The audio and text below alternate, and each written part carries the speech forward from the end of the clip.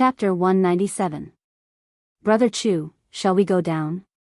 Lin Miu walked up the stage and held on to Chu Huaiyi's arm as she walked down the stage shakily. Chu Huaiyi was in a daze. Although he won, it was a Pyrrhic victory. His physical injuries were nothing compared to his mental injuries. He had accidentally destroyed Jinfang's qi. Since then, he had formed a deep hatred with the Divine Marquis residents. His relationship with Xinxiang seemed even more impossible. Chu Huaiyi didn't even dare to look in Xinxiang's direction. When they returned to the viewing platform, Lin Miu comforted him. It's not your fault, don't feel guilty. That's right, it was that Jinfang who launched a sneak attack first. How shameless. Qin Lei rubbed his palms together and said, this is the Zhe Tian Palace. Who does Jinfang think he is? How dare he try to kill you? Humph, well done. A despicable person like Jinfang should have his qi destroyed and his dragon tendons broken. Let's see if he can still be so arrogant after that. Feng Jixing actually understood Chu Huaiyi the best. He sighed and said, Brother Chu, there's no need to despair. There's always a way out. Maybe there'll be a day when you'll see the light. I hope so. Chu Huaiyi's face was pale as he sat there dejectedly. At this moment, the Emperor Qin Jin personally walked down the viewing platform and comforted him. Jinxing, don't be too sad. Chu Huaiyi accidentally injured Jinfang. It's not his fault. I will order the people from the Spiritual Medicine Division to search for famous doctors and elixirs. They will definitely be able to heal Jinfang's qi. Jinfang's expression was sorrowful. He cupped his fists and said, Thank you, Your Majesty, for your mercy. I thank you on behalf of my son.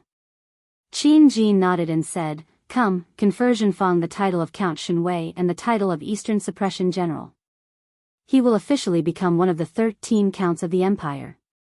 This title will be passed down from generation to generation. Also, grant him a luxurious residence in the outskirts of Lanyan City and 200,000 Jinin coins. Thank you, Your Majesty. Jinfang cupped his fists and bowed, but his eyes were filled with sorrow. He said, Come, send the young duke to the Spiritual Medicine Division for treatment. A group of Shenwei battalion soldiers immediately carried Jinfang to receive treatment. Jinfang bowed to the Emperor Qin Jin again and left hurriedly. Zheng Yifan accompanied Zheng Fang on the horse carriage as it traveled along Tongtian Street. Zheng Yifan's face was ashen. Beside him, the 1,000-man commander of the Divine Might Battalion, Sikong Nan, was galloping madly on his horse. He had a look of resentment on his face as he said, Chu Huaiqiang took the opportunity to destroy the young noble's sea of qi. He did it on purpose. Damn it, the emperor bestowed the young noble with so many titles, mansions, and coins, but he didn't give the young noble any military power. Marquis, how can the Divine Marquis residents tolerate such humiliation? Then what do you want? Jin Yifan's eyes shone brightly as he said, Speak. Why don't we? Sikong Nan cupped his fists and said, Why don't we immediately gather the Divine Might Battalion and send a letter to the commanders of the Tian Shu Province, Sangnan Province, and Earth Star Province, asking them to lead their troops and attack the imperial capital. The military strength of the commanders is almost 200,000, but the imperial capital only has 30,000 imperial guards. Even with the addition of the royal guards and the patrolling troops, there are no more than 50,000 people. We can definitely break the city in half a month. Then, Sikong Nan became excited as he spoke, but when he met Zheng Yifan's cold gaze, he immediately trembled and said, Marquis, Did I say something wrong? Zheng Yifan said angrily, Sikong Nan, remember this. I, Zheng Yifan, was conferred the title of Divine Marquis by the current emperor, Qin Jin. I, Zheng Yifan, will forever be the Divine Marquis of the Qin Empire. Whoever wants to replace His Majesty will have to step over my dead body. From now on, if I hear you say such disgraceful words again, don't blame me for escorting you into the imperial city and handing you over to Xianghu of the military police battalion. Marquis, Sikong Nan shuddered and said, I won't dare to do it again. Humph, Zheng Yifan lowered his head and looked at Zheng Fang who was frowning. then looked up at the sky thoughtfully. He sighed, as if he had aged a lot in just a short while. On the viewing platform, the sword duel competition continued until noon. Finally, the final 12 winners were decided, and the final champion would be decided among these 12 people. The next competition would be held in the afternoon, and the emperor would personally entertain the 12 winners at Zetian Palace. At noon, a golden cauldron was set up, filled with exquisite food. Many of the food was presented by the other 11 provinces as tributes, such as fresh fruits from Lingnan, bear paws from Lingdong province, wild cloud deer meat from Tongtian province, swans from Yunzhong province, and 7-core begonia from Qihai city. When the musicians rang the chimes, they also announced the start of the banquet. There were groups of palace maids, and the courtiers were respectfully kneeling at the side, waiting for their orders. Even the pouring of wine was done by someone else. Lin Muyu sat in the middle of Feng Jixing and Chu Huayin, very quiet. He was not very used to this kind of occasion, because the scene in front of him was proof of a saying, the bell rings and the cauldron eats. The life of the emperor's family was really too luxurious. Even if Lin Muyu was not the kind of guardian who helped the world, he still felt a little guilty eating these things. Come. Qin Jin raised his silver cup and said with a smile, "My subjects, please drink this cup of wine. I wish that my subjects will be able to obtain a good ranking in the sword duel competition in the afternoon. Come." The emperor downed his cup in one gulp. Lin Muyu and the others did not dare to be negligent, and they all drank their cups one by one. Xiaoyin. Qin Jin looked at his precious daughter and signaled with his eyes. Qin Yin immediately stood up and raised her cup of wine. She smiled and said, "Xiaoyin once again offers a toast to all of you. I wish that you all will obtain a good result." She was the future successor of the empire, and the 12 people present were all outstanding talents that the empire would have to rely on in the future. This was also the biggest reason why Qin Jin asked his daughter to offer a toast. In reality, Qin Jin was using this opportunity to groom his daughter into an important courtier in the future, and he had put in a lot of effort. After that, Qin Yin offered a toast to everyone. Everyone was overwhelmed by the favor, but when Qin Yin came in front of Lin Muyu, she smiled mischievously and said, "Brother Yu, don't drink so much." Lin Muyu looked at her flushed face in annoyance and said, "You're the one who should drink less. Look at you, you're already a little drunk." Qin Yin giggled, and her bright red face was like the sunset glow. She was indescribably beautiful. She smiled and said, "I'm fine, but you can't get drunk. Otherwise, you'll lose the sword duel tournament in the afternoon. Don't worry, I'll give it my all." Lin Muyu smiled slightly. "Yeah, Xiaoyin wishes that brother Yu takes first place in advance." Qin Yin refilled her cup again and said with a smile, "Come, brother Yu, why don't you accompany Xiaoyin for another drink?" "Yeah." Lin Muyu drank another cup. This action, however, caused Yuan Lian and the other disciples of the aristocratic families to be resentful and unhappy. Qin Yin offered a toast to everyone, but she only drank one more cup with Lin Muyu. She even sat on the ground and chatted happily with him. This kind of affection made them extremely jealous, but they had nothing to say. After all, everyone knew that Lin Muyu was the emperor's godson. It was only natural for him to be so intimate with Qin Yin. In the afternoon, Qin Yin was already tipsy.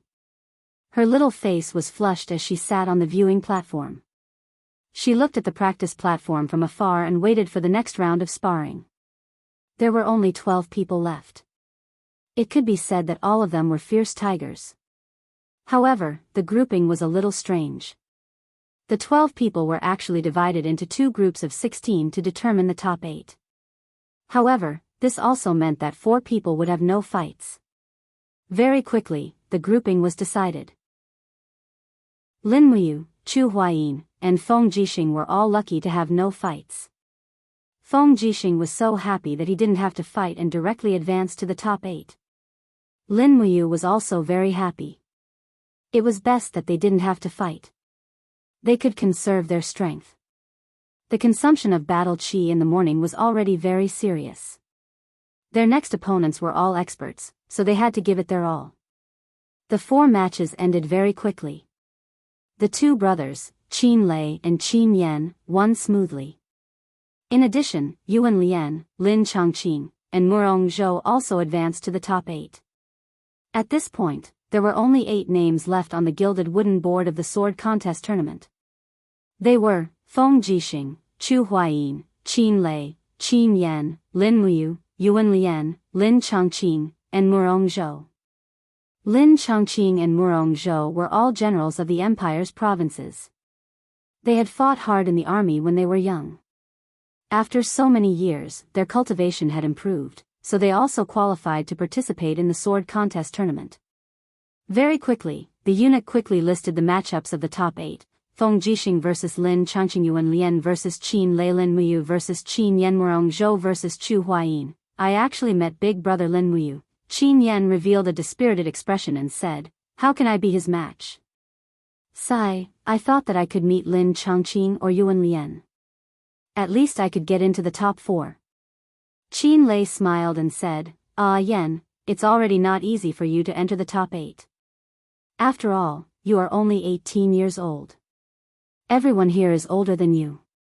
Think about it, if you were to cultivate for another 7 to 8 years, who among us would still be your match?" Qin Yan, on the other hand, was delighted. Big brother is right. This kid really didn't know how to be humble at all. The first match, Feng Jixing vs Lin Changqing.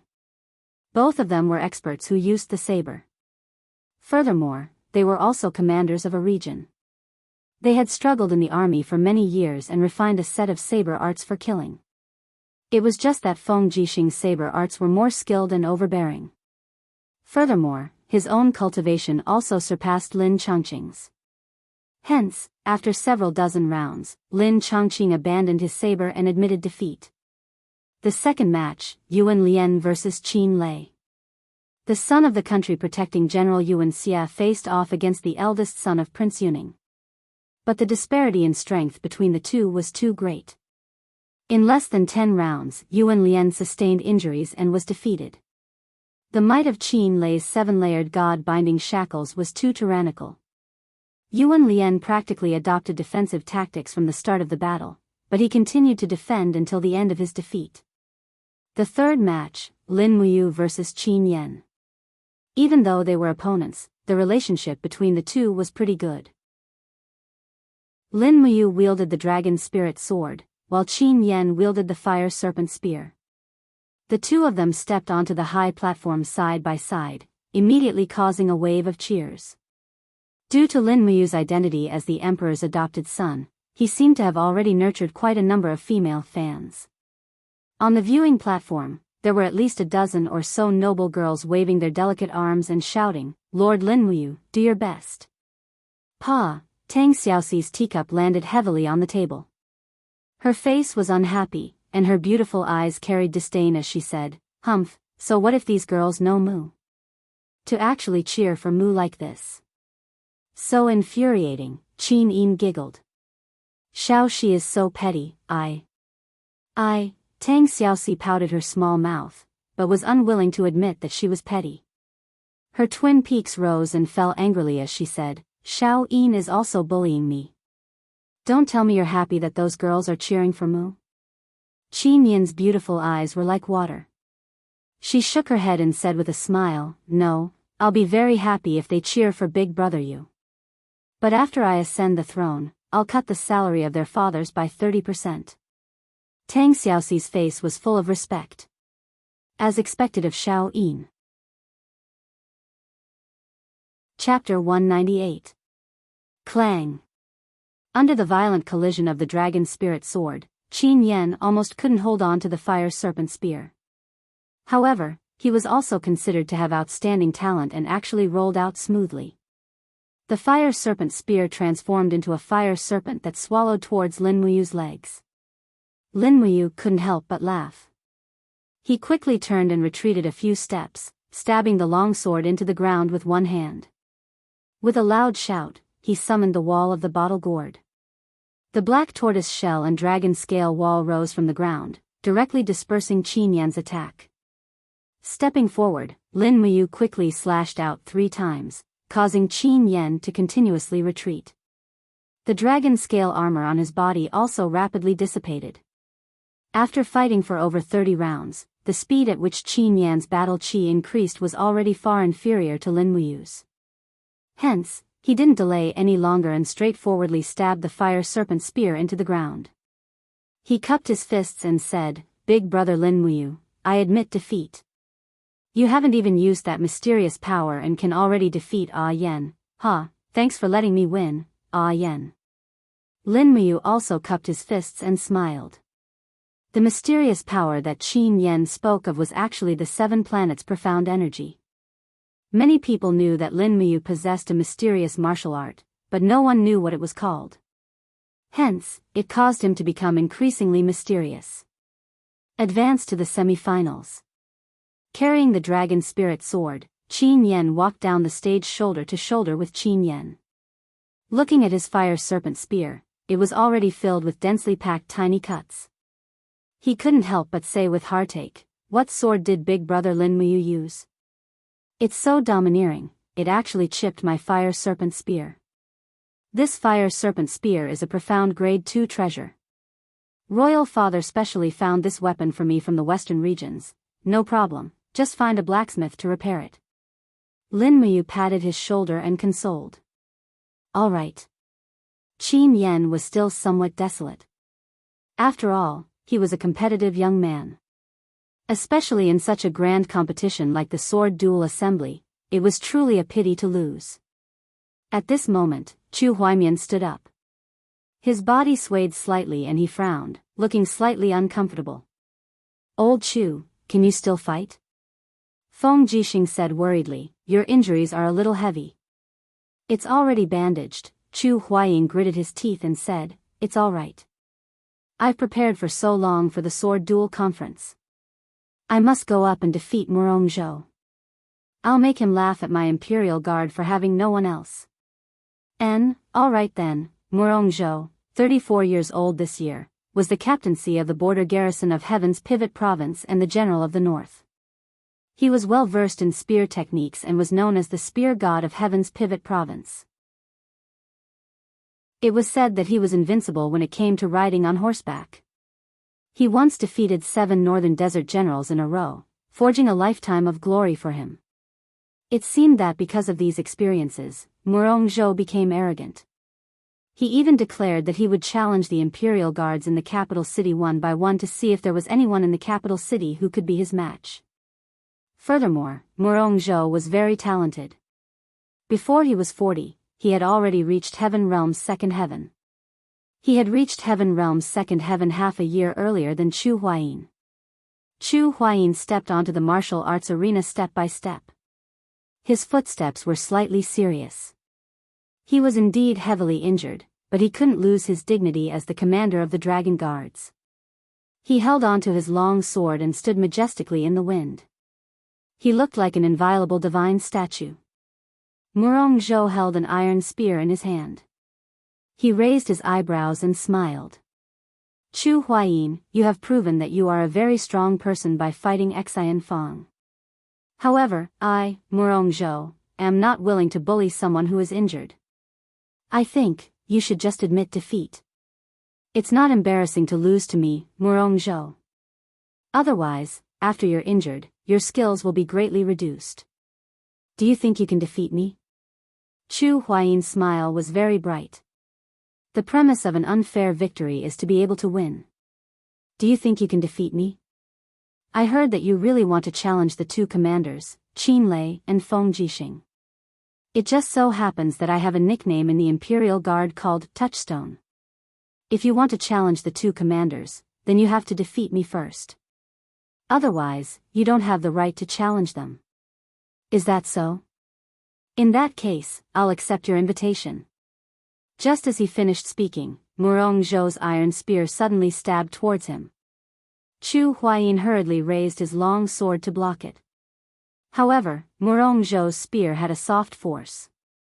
The tip of the spear tilted slightly, causing a flower of blood to bloom on Chu Huayin's shoulder. Rustle, rustle, rustle. The power of the collision caused Chu Huayin to retreat several steps. He quickly abandoned his long sword and turned his palms into fingers. Rays of starlight surrounded him. Just as Murong Zhou approached him with his iron spear, Chu Huayin raised his hand and pointed. His battle energy turned into starlight and shot towards Murong Zhou's forehead. Huh! Murong Zhou was stunned for a moment, and the chi armor between his eyebrows had already been shattered. He hurriedly flipped over and fell to the ground to avoid the second and third attacks. Chu Huaying's star-plucking finger left deep holes on the stone floor. It was evident that Chu Huaying's battle energy was very strong. You've gone too far. Murong Zhou rolled and crawled in a sorry state. Finally, he found an opportunity to jump up and sweep his spear towards Chu Huaying's calf. However, Murong Zhou didn't expect Chu Huayin to be so desperate. He forcefully condensed his battle energy and rooted his calf's center of gravity on the ground. With a bang, he was hit by the spearhead, causing blood to flow out. However, Chu Huayin used the opportunity to injure his calf and his fingers moved like butterflies. Countless starlight condensed from battle energy fell down and directly destroyed Murong Zhou's battle energy armor. In the blink of an eye, Murong Zhou was already covered in injuries. Fortunately, Chu Huayin only used 30% of his strength. Otherwise, this round of star-plucking finger would have been enough to kill Murong Zhou on the spot. Murong Zhou, who was covered in blood, slowly stood up. Just as he was about to attack with his iron spear, he saw Chu Huayin's palm facing him. Chu Huayin didn't move an inch. A bright moon appeared in the air. The moon-print palm could take his life at any moment. I admit defeat. Murong Zhou was dejected. If he didn't admit defeat, he would have to pay with his life. Chu Huayin was already determined to get into the top 4. Lin Muyu and Feng Jixing hurried forward and helped the injured Chu Huayin off the stage. Chu Huayin felt a wave of nausea and dizziness. When he looked into the distance, he realized that Jinxiang's seat was already empty. He couldn't help but feel lonely. Old Chu, you idiot. Do you want to die? Feng Jixing said in a low voice. Chu Huayin smiled and said, His Majesty promised that the top 4 of the sword duel tournament would receive the title of a second-class noble. Our Chu clan is a commoner. I must change this situation so that you won't be looked down upon by anyone in the future. Idiot. Feng Jixing said indifferently. Lin Muyu supported Chu Huayin's shoulder and said, Quickly apply the medicine. Otherwise, your leg might be crippled. Murong Zhou didn't hold back at all. Okay, immediately, she sat at the side of the stage and took off Chu Huayin's combat boots. His leg was already bruised and bloody. Lin Muyu hurriedly took out some medicine and personally applied it on Chu Huayin. At this point, the top 4 of the sword duel tournament had already been decided. They were Feng Jixing, Lin Muyu, Qin Lei, and Chu Huayin. They were also the 4 brothers who were the closest to each other. Soon, the eunuch announced the final lineup: Lin Muyu versus Qin Lei, Feng Jixing versus Chu Huayin. Finally, the 4 brothers were going to fight it out. Chu Huayin lay on the cold stone steps and looked at the sky.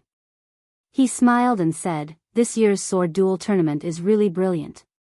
It's probably the most tragic one in the history of the sword duel tournament, Qin Lei said. It's also the most powerful one. The top 4 are all at level 2 of the Heaven Realm. Such a lineup, the Empire hasn't seen such a thing in hundreds of years.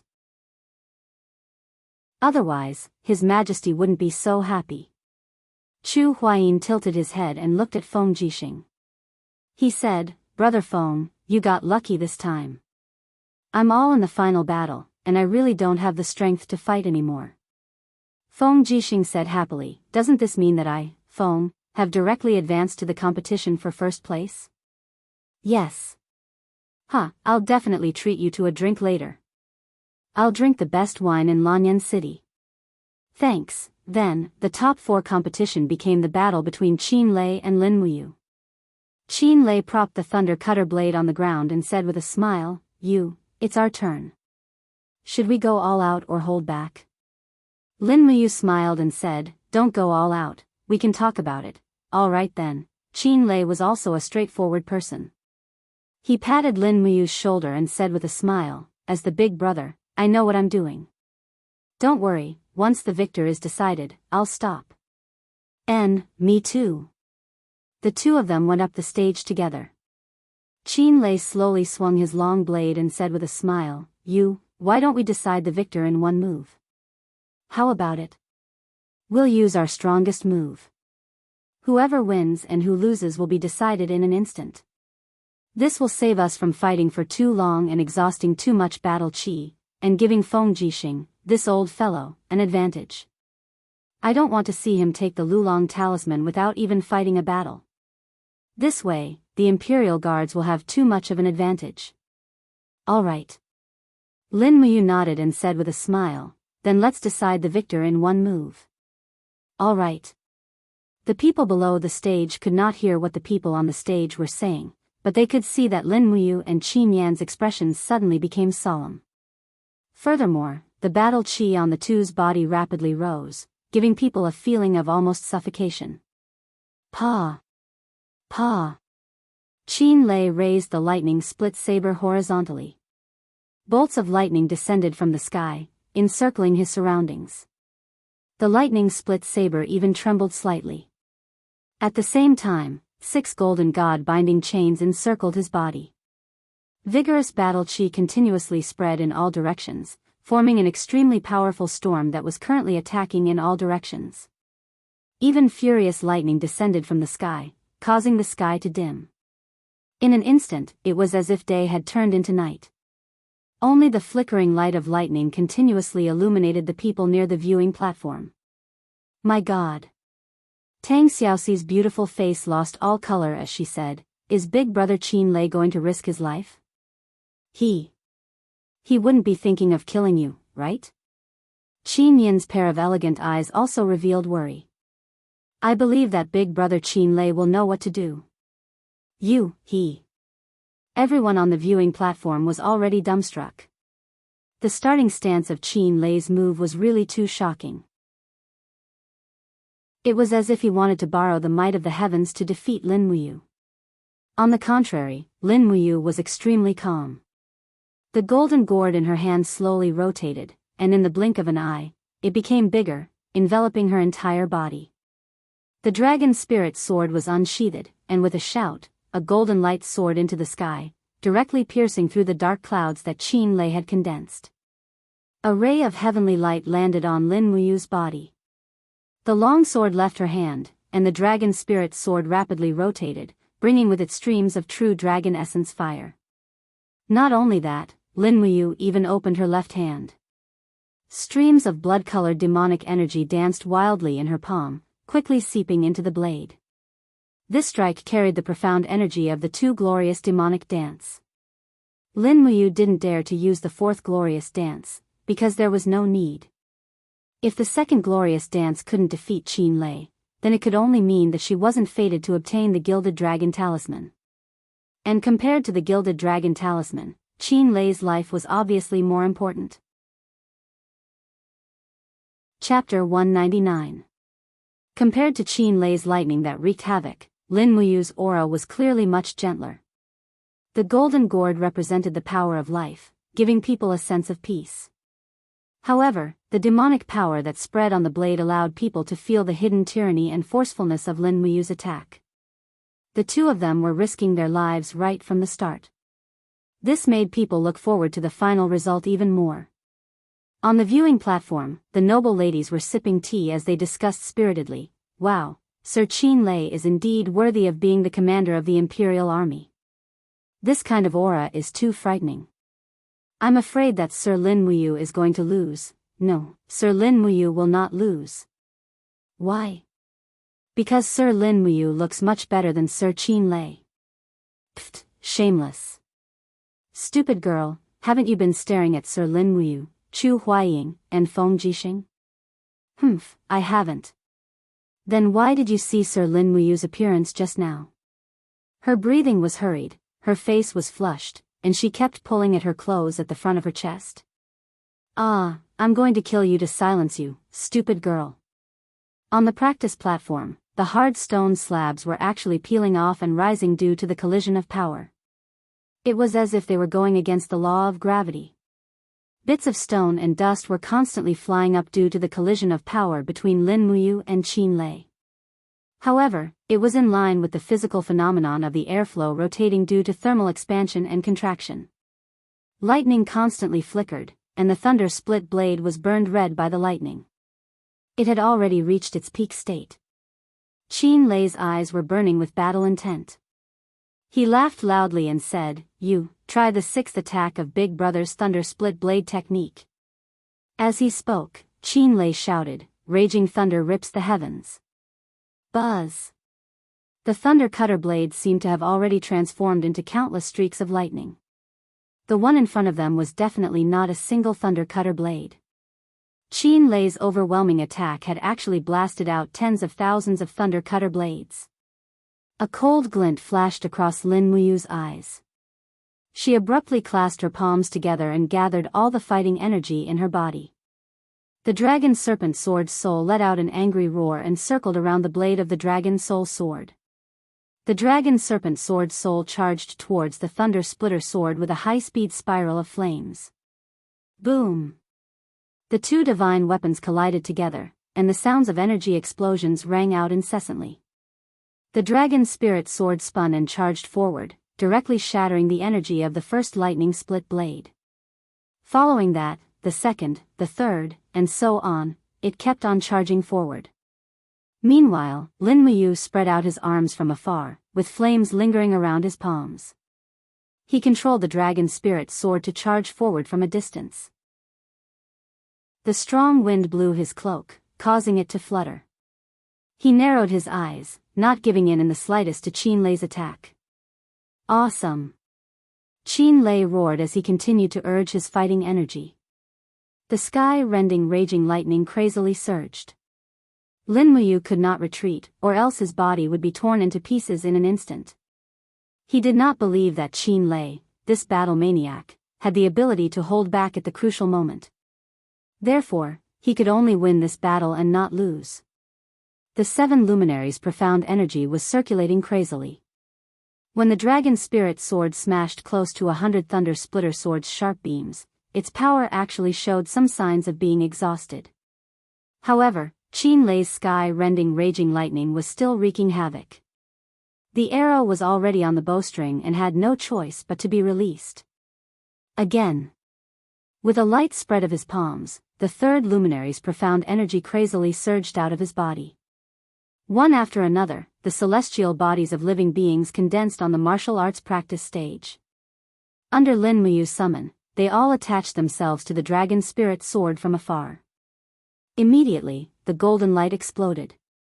The dragon spirit sword received the addition of new energy as it rapidly charged towards Qin Lei, directly shattering the energy of dozens of thunder splitter sword.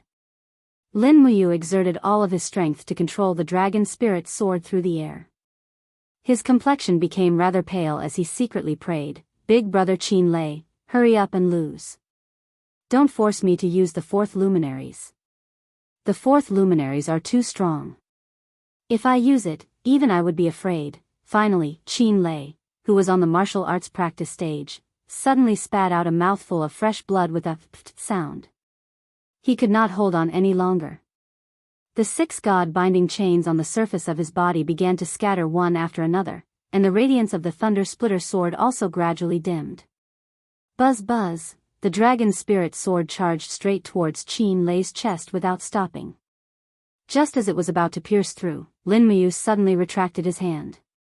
Immediately, as if it had a mind of its own, the long sword made a somersault in the air and stabbed onto the stone slab in front of Lin Muyu. Ga! Ga! Qin Lei gasped for breath. While wiping the fresh blood from the corner of his mouth, he raised his head to look at Lin Muyu and said with a smile, "Satisfying, satisfying. You, just where did this strange strength come from? The 6th strike of my thunder splitter sword technique is extremely tyrannical. I'm confident that even Feng Jixing might not be able to dissolve it unscathed. You, brat, actually forcefully broke through this move of mine. You're really not simple." Lin Muyu's complexion was also pale as she slowly held onto the sword hilt. Her body swayed as she said with a smile, "I've already used all of my strength. If I couldn't receive this move, I'm afraid that I would have been hacked to death by Big Brother Qin Lei."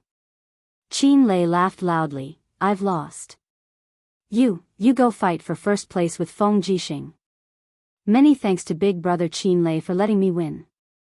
Pa, I didn't go easy on you. Do you think that I don't want the dragon talisman?" Qin Lei wiped the corner of his mouth again and said with a smile, "Humph, my imperial army only has 7,000 people. If I had the dragon talisman, I would mobilize troops from Cangnan province and expand the imperial army to 17,000 people." Lin Muyu walked forward and held on to Qin Lei's arm. She said with a smile, 7,000 people is already enough. Any more would just be eating rations for free." "That's true." At this time, a eunuch walked onto the uneven martial arts practice stage and said loudly, "Lin Muyu wins. Lord Qin Lei and Lord Chu Huaying are tied for third and fourth place in this sword duel assembly. Next, Lord Feng Jixing and Lord Lin Muyu will fight for first place in this sword duel assembly." Thunderous applause sounded. Everyone was finally going to see a pinnacle showdown. Feng Jixing, the man who was known as the Tiger of Tong Tian Street, and Lin Muyu, the peerless genius of the divine temple that was rarely seen in 100 years.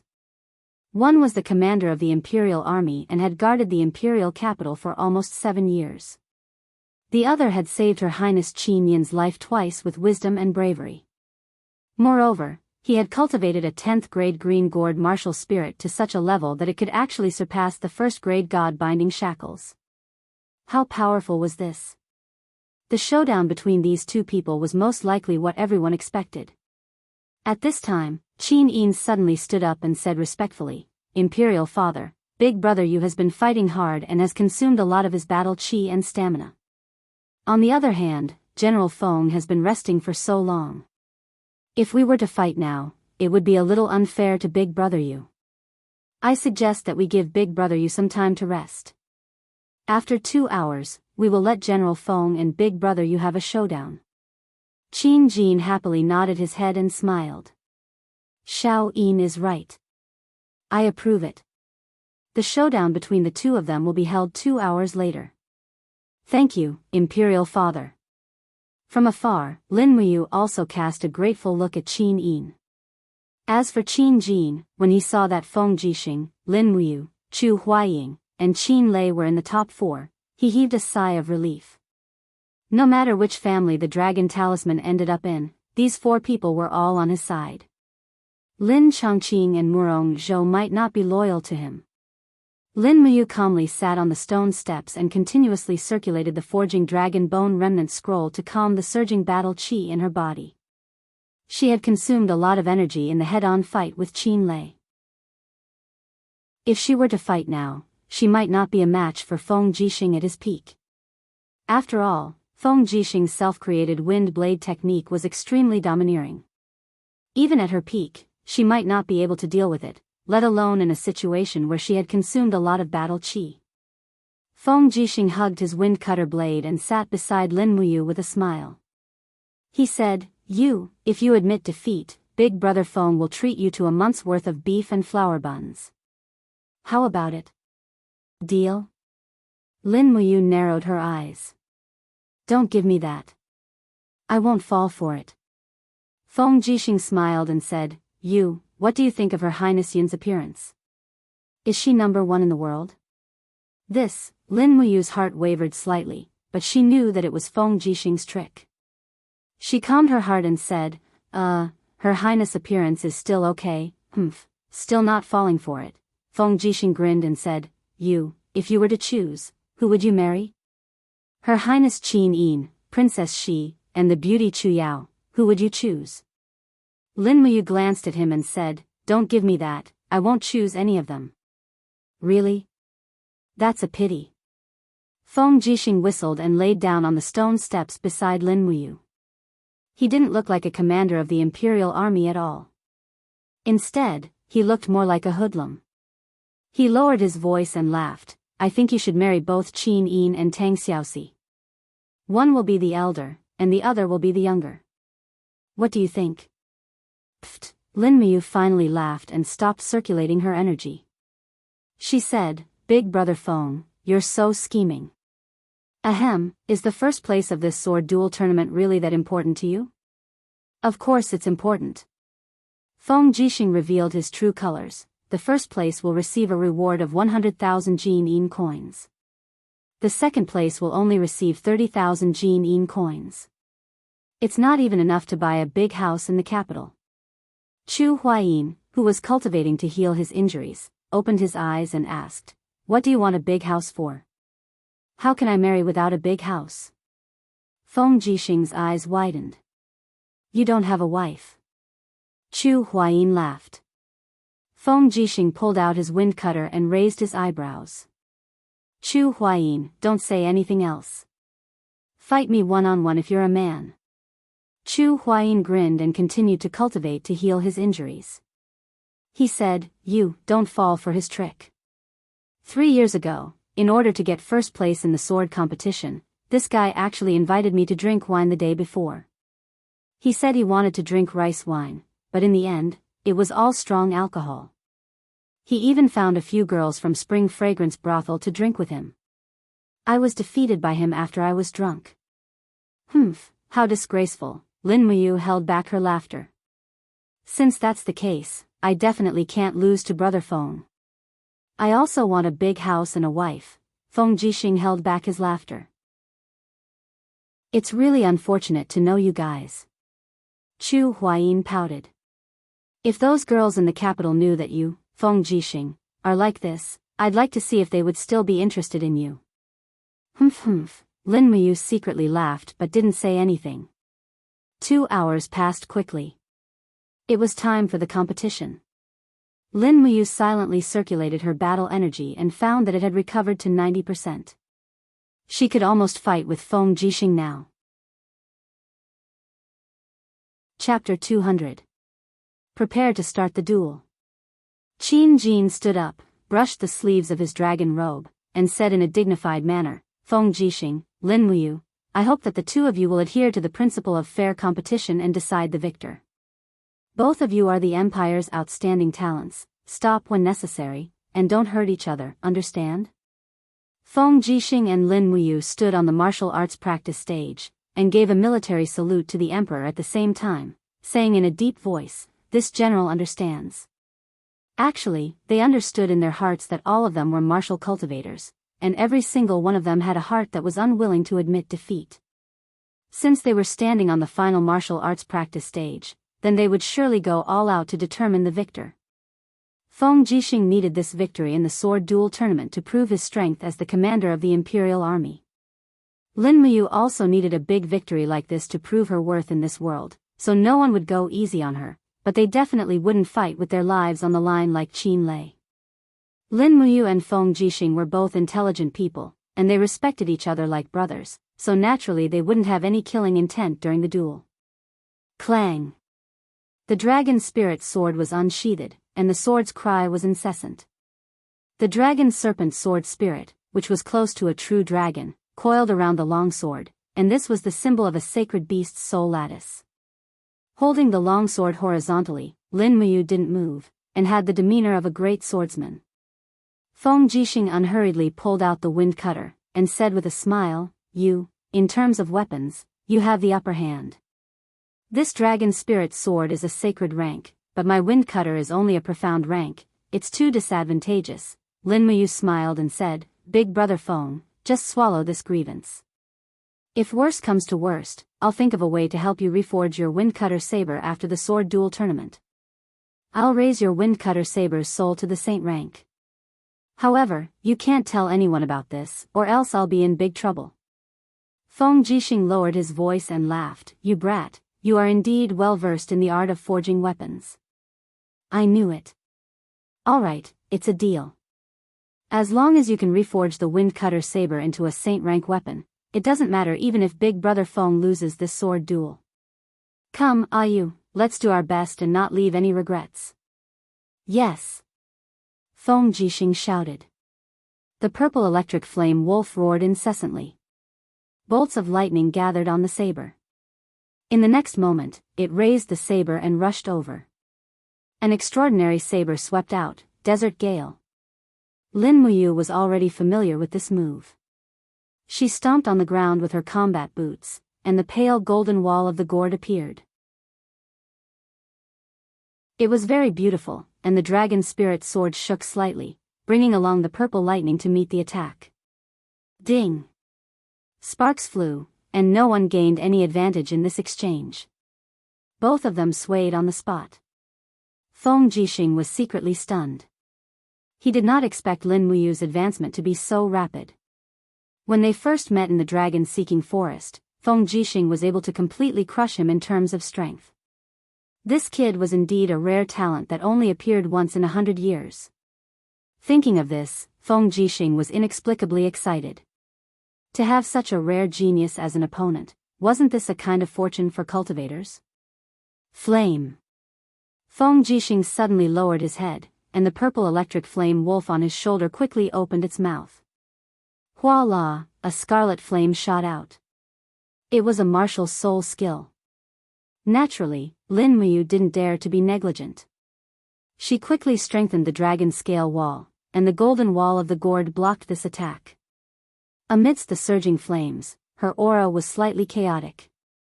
Feng Jixing's cultivation was extraordinary, and the power of his martial soul skill was naturally imaginable. Just when the gourd wall blocked this attack, Feng Jixing suddenly rushed over in the flames. Scarlet hot sand lingered around his saber, and a fierce horizontal slash landed on the wall of the gourd. Hot sand gold. Dang, the gourd wall quickly collapsed by half. This attack of Feng Jixing was really powerful, but Lin Muyu was not inferior. His body spun, and he quickly used the falling star step to catch up with Feng Jixing. The dragon spirit sword whistled, and 3 consecutive slashes slashed at Feng Jixing's back. Good boy, Feng Jixing's heart shook. He didn't think that Lin Muyu's movement skill would be so good. He was already fast enough, but he couldn't catch up to Lin Muyu's speed at all. Falling star step, as the name suggested, was fast. Naturally, it wasn't something that Feng Jixing could compare with. Slashing the wind cutter horizontally, dang dang dang, blocked 3 consecutive slashes from Lin Muyu, but at this moment, Lin Muyu's hand pressed on the hilt of the sword. A bunch of gourd vines quickly rose from the blade, and quickly wrapped around the wind cutter saber. Taking advantage of the momentum, the vines lifted the wind cutter saber up. What? Feng Jixing was stunned. Just when the saber was about to fly out of his hand, he saw Lin Muyu suddenly raise his right leg, and a stream of true dragon elemental fire lingered around his leg, and he brazenly kicked.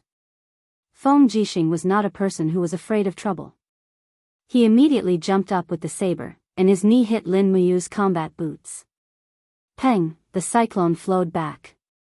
Feng Jixing took advantage of the situation, and cleverly grabbed the wind cutter saber and twisted it with all his strength. Suddenly, the gourd vines scattered, and in this way, Lin Muyu's determined attack was actually perfectly resolved. Lin Muyu secretly admired Feng Jixing's ability to adapt in a battle. At this moment, Feng Jixing clenched the saber, and his body was covered with wind blades. He directly swung the violent saber storm, the third style of the wind-walking saber technique. Rustle rustle rustle, the sky was filled with wind blades, and Lin Muyu hurriedly retreated a few steps. She summoned the wall of the gourd again and adopted a defensive strategy. At the same time, she closed her eyes and released her spirit meridian technique. She locked onto Feng Jixing's position, and raised her hand to launch a demonic sound fist. Bam! The demonic sound fist smashed into Feng Jixing's battle armor, but the violent saber storm continued to wreak havoc, violently crashing into the wall of the gourd. Lin Muyu's battle chi was constantly being consumed, and she was beginning to feel that her battle chi was about to run out. What was even worse was that Feng Jixing's figure appeared in the midst of the raging winds. Purple lightning lingered around his wind cutter saber, and the sky darkened. It was as if all the light in the sky had been absorbed by the purple electric flame wolf.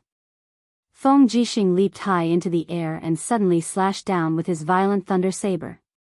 I have to block it. Lin Muyu abruptly injected a powerful burst of 7 luminaries' profound energy into her arms. She gripped her sword with both hands and leaped into the air.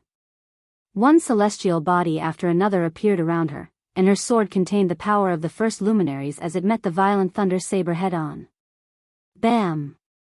Almost no one could be seen on the drill ground anymore. Everyone could only see the whistling sound of battle chi colliding with each other. The collision directly formed a violent shockwave that swept across the entire observation platform, and many people had already covered their eyes. Buzz buzz, Qin Yin stood in front of her father, and golden god-binding chains slowly appeared around her to block the storm and the rubble. Tang Xiaoxi also summoned her fire fox to block the storm with the power of fire. Chu Chu narrowed his eyes, and he remained calm and collected. The light of a fire cauldron appeared around him, and the storm and rubble naturally couldn't harm him in the slightest.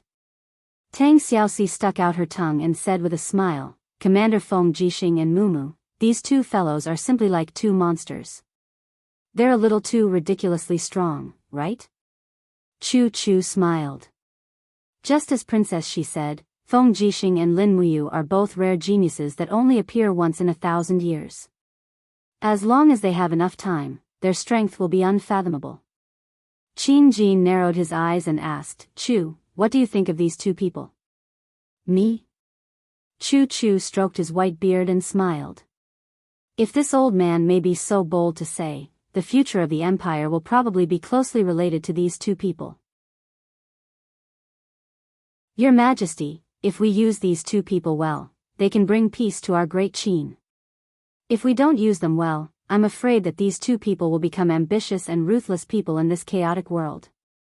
Qin Jin was startled. "Commander Feng Jixing can be said to be loyal and devoted to me. He won't become an ambitious and ruthless person in this chaotic world, right?" Chu Chu laughed. "Your Majesty, you're worrying too much. Feng Jixing and Lin Muyu are both like unpolished jade. Feng Jixing is loyal and courageous, while Lin Muyu is even more sincere. As long as your Majesty doesn't betray these two people, they will definitely not betray your Majesty. If we use these two people well, Great Qin will be able to last for another 1,000 years." Qin Jin felt relieved. He cupped his fists and said, "Thank you for your teachings." Chu Chu also cupped his fists and said, "Your Majesty, you're too kind. There's no need to be so polite. Otherwise, this old man will tremble in fear and not dare to speak again." Qin Jin smiled faintly. "Elder Chu, you're being too polite. How about this, if Elder Chu doesn't mind, you can stay in Zhe Tian Palace for a long time. I'll make you the princess's grand tutor, and you'll be in charge of teaching little Yin's cultivation, virtue, and ability." Chu Chu was stunned. "Your Majesty, this," Qin Yin hurriedly said with a smile, "Chu, you've taught Xiao Shi and you before. Why can't you teach Xiao Yin as well?" "Then." "All right then," Chu Chu said respectfully, "then this old man will do as you say." "Thank you, Chu." Qin Yin was overjoyed. Her beautiful face was filled with excitement. In reality, no one knew what she was thinking. Once she acknowledged Chu Chu as her master, it would mean that she and Lin Muyu were not only sworn siblings, they would also be fellow disciples. It seemed like their relationship had deepened to another level. At this time, the battle on the training platform had reached its climax. Feng Jixing activated his power, and the purple electric flame wolf's head constellation appeared on his saber. Raging flames surged as he unleashed a secret technique called Howling Wolf Saber Fire. Lin Muyu had also raised her power to the second element, and she unleashed a combination of Thunderclap Frenzy plus 2 Luminaries Demonic Dance. Clang! The Windcutter saber trembled violently, and the Dragon Spirit sword also trembled slightly. The two's power just so happened to reach an equilibrium, but right at this moment, a smile suddenly appeared on Feng Jixing's face. You've lost?" "Ah." Lin Muyu was stunned, but she was caught off guard by the sudden appearance of a hand on Feng Jixing's shoulder. No, it wasn't a hand, but the purple electric flame wolf's sharp claws. It was a giant claw filled with lightning and flames, and it was the purple electric flame wolf's martial soul's skill, fiery palm pounce. Bang! The fiery palm pounce landed heavily on Lin Muyu's shoulder, shattering her Do Qi armor. At the same time, the force of the blow sent her flying. The two had already collided in midair, and now Lin Muyu was sent flying by the force of the blow. She was already flying out of the edge of the training platform, and according to the rules, landing outside of the training platform would be considered a loss. What a good Feng Jixing, to have such a move up his sleeves. This competition was indeed full of schemes.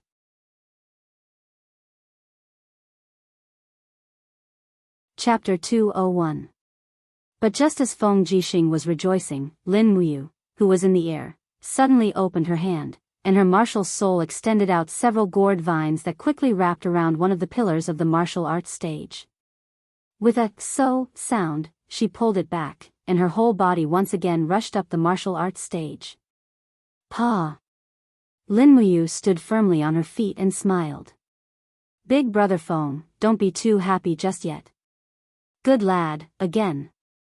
Feng Jixing laughed and suddenly raised his saber. A terrifying celestial demon constellation appeared behind him. It was the seventh form of the wind saber art, sky-devouring demonic saber. It was this move that defeated the successor of the Seven Seas Tang sect, Tang Bin. Now, Feng Jixing was using the same move. Lin Muyu let out a shout, and the power of the third element surged into her arms.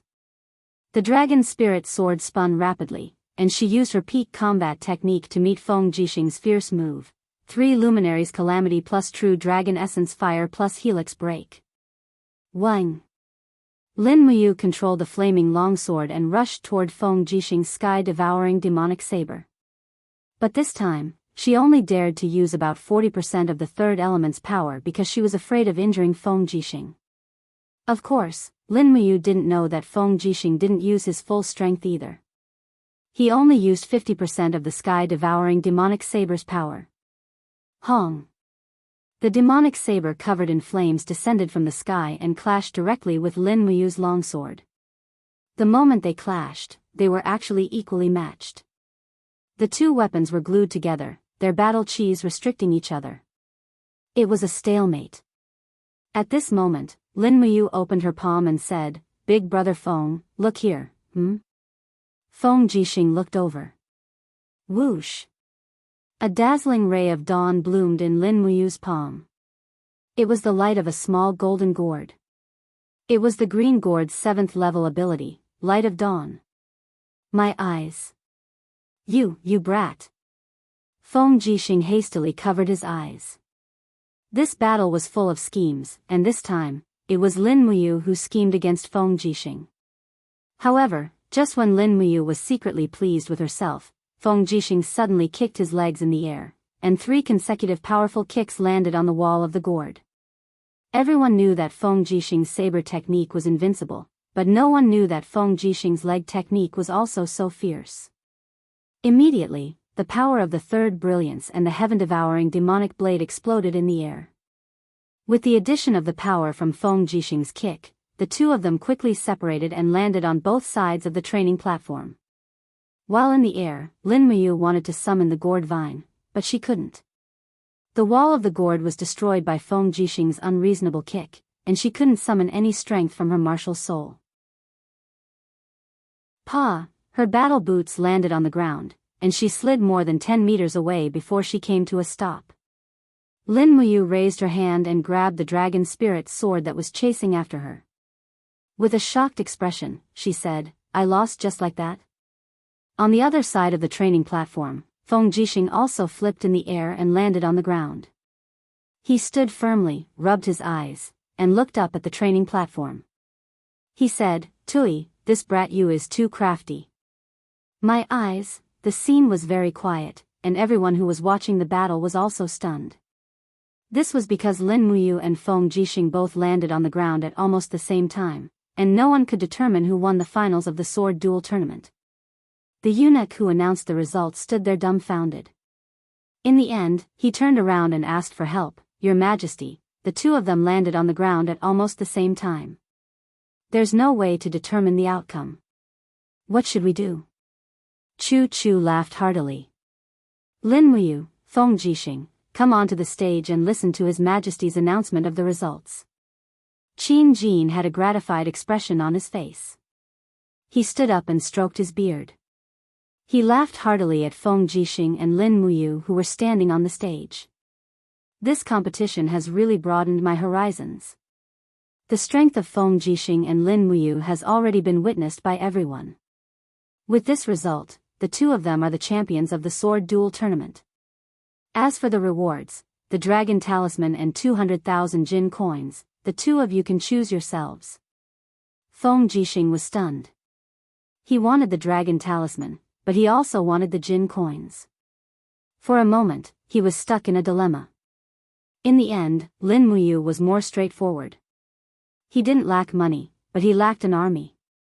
Thus, he cupped his fists and said, Your Majesty, I choose the dragon talisman. I'll give the 200,000 jin coins to Big Brother Feng. Feng Jixing nodded in tacit agreement. Qin Jin laughed heartily and said, All right, I hereby announce that the champions of this sword duel tournament are Lin Muyu and Feng Jixing. The third and fourth places are Chu Huaying and Qin Lei. The rest of the contestants will also be rewarded accordingly. The final winner of the dragon talisman is Lin Muyu. Come forward to receive your reward. Lin Muyu and Feng Jixing walked forward together. Qin Jin personally handed out the reward. A dragon-shaped golden dragon talisman was placed in an extremely exquisite box. Qin Jin lifted it up and carefully placed it in Lin Muyu's hands. He reminded her, You must use the dragon talisman carefully. Once you mobilize the army, it means that you are controlling it as the empire's general. You must not kill indiscriminately or defy the empire's laws. Do you understand? Lin Muyu accepted the dragon talisman and nodded heavily. Yes, Your Majesty. Qin Jin then took out a 200,000 gold note and handed it to Feng Jixing. He said, General Feng, as the commander of the Imperial Guards, you are responsible for the long-term stability of the imperial capital. I hope that you will continue to give your all for the empire in the future. Feng Jixing nodded with a determined look in his eyes. Your Majesty, this general understands. At this moment, Qin Yin pulled Tang Xiaoxi forward and stopped in front of Lin Muyu. She grinned and said, Congratulations, Big Brother you. You actually managed to obtain the dragon talisman. Tang Xiaoxi giggled. I told you, Mu is as strong as a monster now. Obtaining the dragon talisman is as easy as pie. Lin Muyu blushed. It's not as easy as you make it out to be. I was almost killed by Big Brother Feng's sword. Feng Jixing rubbed his nose and said angrily, Don't say that.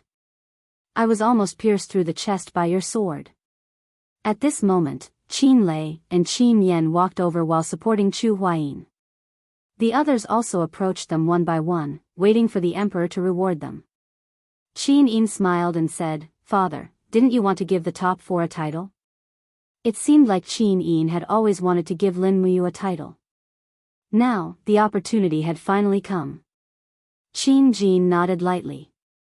He held the Desolation Sword, which symbolized his status as an emperor, and slowly stepped onto the pothole-filled martial arts arena. He exuded the majesty of an emperor as he said in a clear voice, The Qin Empire is full of talented people. Today, during the sword competition, I can see that the empire is full of talented people. With so many young heroes, our Qin Empire will definitely be strong for generations to come. As he spoke, he paused and said loudly, I hereby appoint Feng Jixing, Lin Muyu, Qin Lei, and Chu Huayin as the four generals of the wind, rain, thunder, and lightning. They will also be known as the four heroes of Lanyan. The title of the four heroes of Lanyan will accompany them for life. They will be second-class nobles in the empire. I hope that the four of you will charge and break through enemy lines for the Qin Empire in the future and protect our territory. Lin Muyu, Feng Jixing, and the others all cupped their fists in greeting. Second-class nobles. This was not a small title.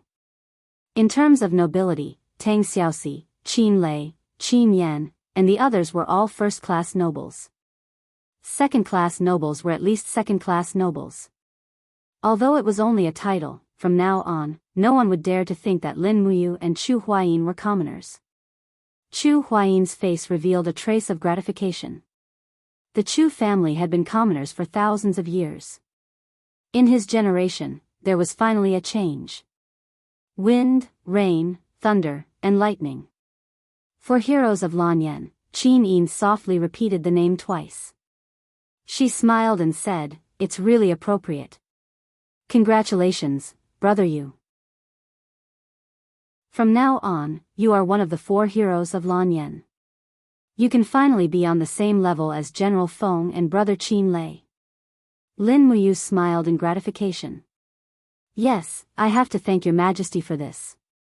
As he spoke, he put away the dragon talisman and threw the precious token into his cosmos sack. Qin Jin continued to reward the contestants ranked 5th to 12th. Although these people did not have eye-catching titles like the 4 heroes of Lanyan, the rewards they received were still considerable. Those who held positions in the army had all been promoted by 1 rank. Otherwise, they would have received at least 10,000 Jinin coins as a reward. That was not a small number. "Congratulations, little Lin, you have finally become a noble." Chu Chu smiled and congratulated him. Lin Muyu pursed her lips. "Chu, don't make fun of me. My small status as one of the 4 heroes of Lanyan is just a small trick in front of you." "Oh right, Chu, are you really willing to be the princess tutor?" "I can't disobey your majesty's words," Chu Chu said helplessly. "Originally, I, Chu Chu, had never accepted a disciple in my entire life. Ever since you came, I have been making an exception." "Fine, it doesn't matter if I accept a well-behaved disciple like Her Highness Yin." "Yes, Chu, you have worked hard." Beside him, Feng Jixing put his arm around Lin Muyu's shoulder and laughed. Shall we find a place to gather tonight?" "Sure, where?" "Listen to the Rain Tower, your treat." "How about it?" "You have the dragon talisman, so you will be the biggest winner of this sword contest." "Sure." Sure." Following that was another series of reward ceremonies. The rules of the royal family were very complicated, but Lin Muyu tried to accept it. Here, he was the closest to the sky and also the closest to the peak of this world. He had to be patient, otherwise, he would not be able to show off his skills in the future. The contest finally ended when the sun set. The supervisor of the Zetian Palace held a banquet in the main hall, but Qin Jin did not attend because he was too tired. Lin Muyu, Feng Jixing, and the rest of the 4 heroes of Lanyan did not attend either. They slipped out of the Zetian Palace under the cover of the night and went straight to the Listen to the Rain Tower. "Both Her Highness Yin and Princess She did not come today, so we can drink to our heart's content." Qin Lei laughed. Chu Huayin nodded. "The Zetian Palace has Chu's protection, so I believe there will not be any danger. It is rare for us to have this opportunity, so we must drink until we are drunk tonight." "How about it?" "Sure." That night, they really drank until they were drunk, and they did not go home at all. 4 people wearing the armors of the Empire's senior generals left the Listen to the Rain Tower after they were drunk. It was early in the morning, and the cold wind was blowing, but they did not seem to feel cold at all. They recited poems facing the moonlight. Qin Lei was a boorish man, so he did not know how to recite poems, but Chu Huayin and Feng Jixing were quite knowledgeable, so they recited some poems that were similar to, "Where will we wake up tonight? The willows are by the shore, the wind is at dawn, and the moon is waning." After that, the 4 of them were drunk by the hidden dragon lake of Lanyan City. In the early morning, a few ruffians walked over, and all of them were dumbfounded. Gosh, these people seem to be the experts of today's sword contest. They are known as the 4 heroes of Lanyan. TSK, they are already drunk. Should we touch them? Touch, touch, touch. Therefore, when Lin Muyu, Feng Jixing, and the rest woke up, all the Jing'an coins on them had been stolen. Fortunately, these ruffians did not dare to be too bold, and only took some Jing'an coins and silver coins. They did not even dare to touch Feng Jixing's gold notes. Otherwise, if the commander of the Imperial Guards was angry, it would be disastrous. Slapping his forehead, Feng Jixing woke up and said in annoyance, "Which bastard dared to steal the money pouch of the tiger of Tongtian Street?" Lin Muyu said, "My few hundred Jing'an coins were also stolen." Chu Huayin laughed. "Money is gone, and people are happy. I am so tired, I am going back to sleep. Go back, everyone. We will meet again next time. Okay." Chapter 202. Back at the Eagle Nest camp, Lin Muyu continued to sleep until noon. Suddenly, she rode up the mountain and said respectfully, "Commander Lin, Princess Shi is seeing off her cousin, Tang Bin, at the north gate of Lanyan City. She asked if you would like to have a meal at the bun shop outside the city." "Got it. I'll be right there." "Yes." She got up. The feeling of being drunk was really uncomfortable. When she washed up, she used the spiritual pulse technique to drive away some of the tiredness. Then, she put on her armor and rode down the mountain. Outside the north gate of Lanyan City, Tang Xiaoxi stood there holding her pony. Beside her was Tang Bin and dozens of guards who seemed to be waiting for Lin Muyu. Amidst the sound of hooves, Tang Xiaoxi looked at Lin Muyu coming down from the Eagle Nest Mountain and couldn't help but smile. "Mu is here." Tang Bin frowned and didn't say anything. When Lin Muyu approached, she cupped her fists and smiled. "Xiao Shi, young master Tang Bin." Tang Bin also cupped his fists and smiled. "I didn't have time to congratulate Commander Lin yesterday. It shouldn't be too late to congratulate you today. Congratulations to Commander Lin for getting the dragon talisman." Lin Muyu was startled and smiled. "Thank you, young master Tang Bin. Mu, I'm going to send my cousin 10 miles out of the city. Will you accompany me? There's a famous bun shop 10 miles north of Lanyan City. We'll have lunch there," Tang Xiaoxi said with a smile. "Okay." Everyone got on their horses. Tang Bin seemed a little unhappy. Perhaps he was already unhappy when he saw Tang Xiaoxi being so intimate with Lin Muyu. 10 miles out of the city, there was indeed a bun shop in the distance. Almost all the traveling merchants would stop here to eat a steaming basket of beef buns in the cold winter. Tang Xiaoxi acted as the host and pulled Lin Muyu over. Then, Tang Bin sat opposite them, looking very serious. "Brother, why are you so serious? Who bullied you?" Tang Xiaoxi asked with a smile. Tang Bin couldn't help smiling. "No one can bully your brother. I'm just relieved to see that you are so happy in Lanyan City, Xiao Shi." "Is that so? No matter how I look at it, it doesn't look like he's at ease." "Huh, Xiao Shi, you think too much." Tang Bin looked up at Lin Muyu's handsome appearance and couldn't help but frown. He asked, "Xiao Shi, when did you meet Commander Lin?" "Oh, it was back in Kathaya City." "What's wrong, brother?" "It's nothing. The buns are here. Eat them while they're hot. Eat more. Look at you, you've lost weight. Hee hee, don't girls look better when they're thinner? You still have to be healthy. Come on, eat more." Lin Muyu could sense Tang Bin's hostility towards her, so she didn't say anything else. She just kept eating. After eating 2 baskets of buns, she felt inexplicably satisfied. Cultivators usually ate a lot. There was a law of balance between the heavens and the earth. The strength of cultivators came from their ability to absorb the spiritual energy of the world and convert their physical strength into fighting qi, true qi, and so on. Thus, the stronger Lin Muyu was, the more food she would need. It wasn't like the legend said that experts didn't need to eat at all. On the contrary, the stronger one was, the better their appetite would be. "Commander Lin," Tang Bin looked at Lin Muyu again. He seemed to want to say something, but stopped himself. "What is it, young master Tang Bin?" Lin Muyu smiled slightly. "If you have something to say, just say it." Tang Bin nodded. "There are a total of 3 Tang sect medallions in this world. One is with grandfather, one is with me, and one is with Xiao Shi. However, Xiaoxi's medallion seems to have already been given to you. That. Xiaoxi is not very sensible and doesn't know how precious the Tang sect medallion is. Thus, I, Tang Bin, can only overstep my authority. I hope that Commander Lin can return that Tang sect medallion. Oh. Lin Muyu took out the heavy Tang sect medallion from her universe pouch. What does young Master Tang Bin plan to do with this Tang sect medallion? Bring it back to Seven Seas City. It belongs to Seven Seas City. But this was given to me by Xiaoxi.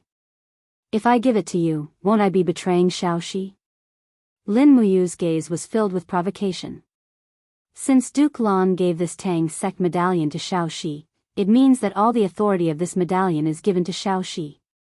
Thus, if I return it, I can only return it to Xiaoxi, not you. Tang Bin raised his eyebrows. Lin Muyu, I hope you understand the value of this Tang sect medallion.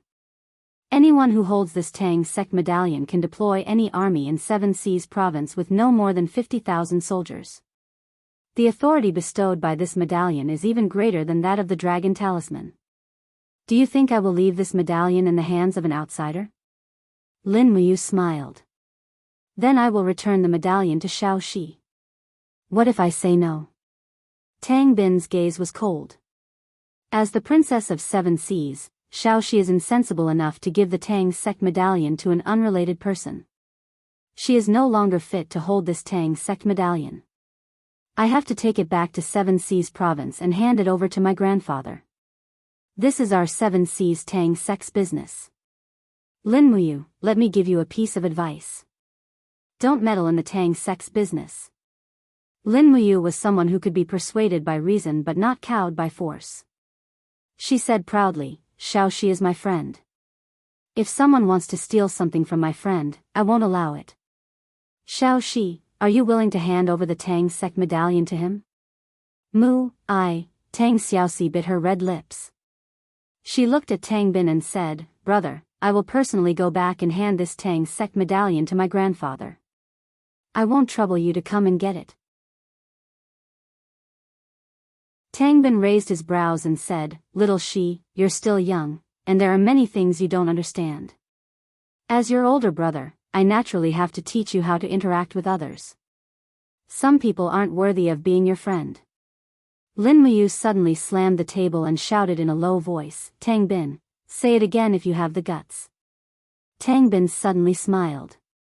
He spread his arms and said, Lin Muyu, do you want to fight with me? Generally, call our people over. Tell them that Lin Muyu, one of the 4 heroes of Lan and Yen and the 4 generals of wind, rain, thunder, and lightning, is going to fight with me. At the side, General Li quickly blew a whistle. Immediately, the forest in the distance shook, and in the next moment, the sound of iron hooves thundered. At least 1,000 cavalrymen appeared on the official road, each of them wearing a red fox emblem on their shoulders. That was the symbol of the Seven Seas Tang sect. So they brought the army. Lin Muyu spread out her hands and said with a smile, No wonder they are so arrogant. If I had known it would be like this, I would have brought the Imperial Guard over. I wanted to see if the Seven Seas Tang sect's army was as strong as the legends say. Tang Bin smiled faintly. It's a pity that Commander Lin didn't bring her own army. What a pity. However, I still don't want to hand over the Tang sect's iron order. What should I do? Lin Muyu turned around and stood up. She stuffed the Tang sect's iron order into Tang Xiaoxi's palm and said with a smile, Now the iron order belongs to Xiaoxi. Tang Bin, as her brother, are you going to use the army in your hands to seize Xiaoxi's iron order? That is equivalent to seizing the 50,000 soldiers in Seven Seas City that Xiaoxi controls? Tang Bin said coldly, Xiaoxi is my sister. Don't try to sow discord between us. Lin Muyu snorted coldly. Is that so? Tang Bin, you are already the greatest successor of Seven Seas City. Why are you still so greedy? Why are you even determined to obtain Xiaoxi's Tang sect's iron order? Nonsense. Don't slander me. Slander you? Lin Muyu raised her eyebrows. Do you dare to say that you are not worried that Xiaoxi is deeply doted on by Duke Lan and will seize your right of inheritance? Do you dare to say that you are not worried that Xiaoxi will threaten you? You, Tang Bin's face turned red and he was speechless. General Li, who was behind him, had already mounted his horse. He waved his saber and said with a smile, "Young master, there is no need to talk so much with him. Just order the cavalry to charge and take this brat's life. Just say that he stole our Tang sect's iron order. The evidence is conclusive. I believe that His Majesty will have nothing to say." Tang Xiaoxi hurriedly spread her arms in front of Lin Muyu. Her pretty face was full of anger as she shouted, "Li Liani, you bastard who can't tell right from wrong. Are you going to attack me?" Li Liani was stunned. At this moment, the dense sound of horse hooves came from afar. Not long after, a group of Imperial Army cavalry appeared in their field of vision. The leading general pulled out his sword from afar and shouted in a low voice, "An unknown army has entered the territory of Lanyan City. Brothers, prepare for battle." It was none other than one of the Kiliarchs of the Imperial Army and the former Gold Star instructor of the Holy Temple, Zhang Wei. 1,000 Imperial Army soldiers arrived aggressively. Lin Muyu spread his arms and said with a smile, "Lord Zhang Wei, don't be in a hurry to charge. This is just a misunderstanding." He was overjoyed. Zhang Wei had come just in time. It was as if he had come out of nowhere. Zhang Wei naturally knew the pros and cons. He raised his thick eyebrows and dismounted. "Oh, it's young Master Tang Bin. I was wondering who it was." However, young Master Tang Bin, all frontier vassals need to report to the army before they enter the capital.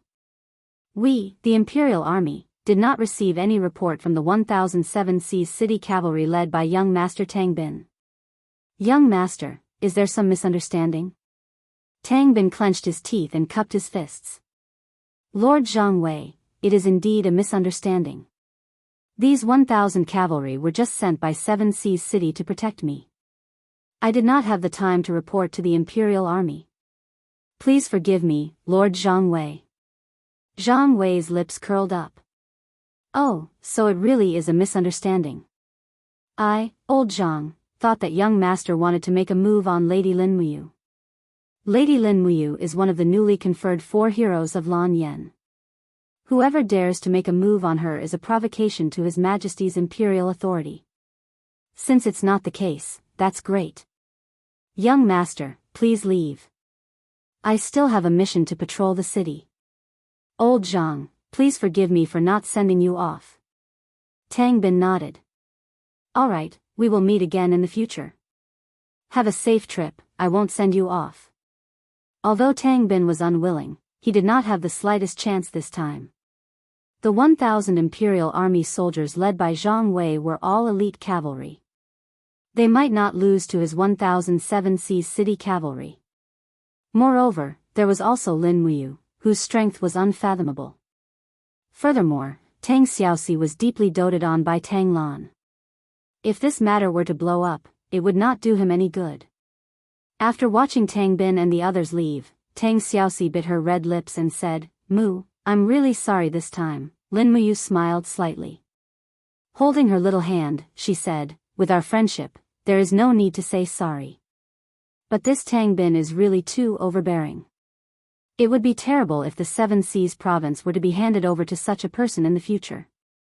Could it be that Xiaoxi, don't you want to take back your position as the successor of 7 Seas City?" But Tang Xiaoxi's beautiful eyes were filled with helplessness. Chapter 203. But what? Lin Muyu laughed softly. "Could it be that you want to see that scene again? Tang Bin uses his power to bully others. Not only does he bully you, but he also bullies your friends. Can you endure all of this?" "I don't want to." Tang Xiaoxi bit her lips and said, "He and I are brother and sister. For the sake of power, I don't want things to go to that stage. But this has been the case since ancient times. Duke Lan dotes on you so much and will definitely leave a place in 7 Seas City for you. At that time, it is inevitable that Tang Bin will attack you with his sword. So it is better to make a decision as soon as possible. Lin Muyu's gaze was sincere and Tang Xiaoxi almost couldn't bear to look at it. She blushed and said, "But Seven Seas City has its rules. Only those who have mastered the Fire Fox Seal have the right to become the Lord of Seven Seas City. Grandfather's Fire Fox Seal has already reached perfection and Tang Bin's Fire Fox Seal has also reached the 7th layer. But as a girl, I can't even control the 1st layer. It doesn't matter, there will definitely be a way." Lin Muyu took a deep breath and said, "Let's go ask the 2 elders Lei Hong and Chu Chu and see if they have a way to solve the problem of you being unable to cultivate the Fire Fox Seal." Tang Xiaoxi smiled and nodded. She shook Lin Muyu's hand and said with a smile, "Mu, it is good to have you here." Lin Muyu smiled and said, "Do you feel that I am more reliable than your brothers?" "Don't worry, Xiao Shi, I will protect you well in the future and won't let anyone bully you." "Good, I will remember what you said today." "You must also remember it." "I will." Zhang Wei was dumbstruck. "My goodness, you guys are treating this general like air and talking about love here. Don't you care about the feelings of a single person like me?" Lin Muyu chuckled. "Thank you, Lord Zhang Wei, for coming in time this time. In the future, I will definitely put in a good word for you in front of Feng Jixing so that you can become captaincy as soon as possible." Thank you very much, Madam Lin Muyu. I know that you dote on me the most." Tang Xiaoxi was a bit speechless. She looked at Lin Muyu and then at Zhang Wei with worry in her eyes. She grabbed Lin Muyu's hand tightly and said, "Mu, let's hurry back to the city. We can't stay here for long." All right. At night, in the Zetian Palace, the moonlight shone on the imperial city like water. Outside Phoenix Perching Palace Hall, Chu Huaying led 20 dragon guards to guard the balcony with their swords and sabers. The moonlight shone on their silver armor, giving off a holy glow. Although the night was cold and bleak, these loyal dragon guards were like stone statues that did not fear the cold. Inside the palace hall, there was a pot of soup on the stove that was slowly boiling. Chu Chu and Rei Hong sat on the floor, sipping tea while Qin Yin, Tang Xiaoxi, and Lin Muyu accompanied them. It wasn't easy to invite Rei Hong here in the middle of the night. Furthermore, Chu Chu was also here. It was a rare opportunity for the Empire's 2 great saints to gather. This is indeed a difficult problem. Rei Hong muttered to himself and looked at Tang Xiaoxi. Princess She is a woman after all, so her physique and the structure of her energy C are very different from a man's.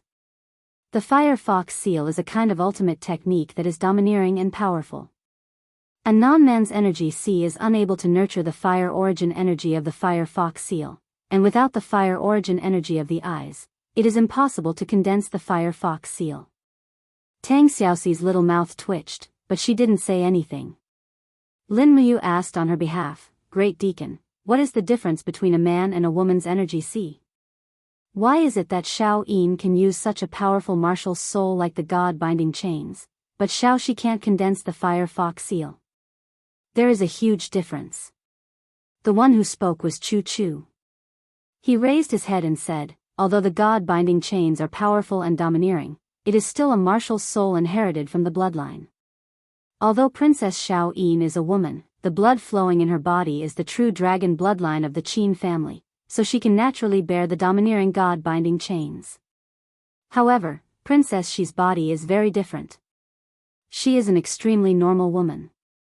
Lei Hong continued, "The sea of qi is condensed in the dantian. In the dantian of a man, there is a profound latch called guanyuan. Every man is born, this guanyuan profound latch is opened, so it has endless benefits, and can practice any kind of powerful martial arts. But after a woman is born, this guanyuan profound latch is sealed, unless she can open the profound latch, otherwise, she can't practice some extreme yang techniques." Lin Muyu seemed to see a glimmer of hope and said, "Then can't we just open Xiaoshi's origin gate?" Lei Hong shook his head and said, "No. A woman's primordial profound latch is like her own body. Every woman is born with a virgin body. Only after having intercourse with a man will the lower body's profound latch be broken, but the profound latch in the Qi Sea cannot be broken. Once it is broken, the Qi Sea will leak out, which is equivalent to crippling the Qi Si.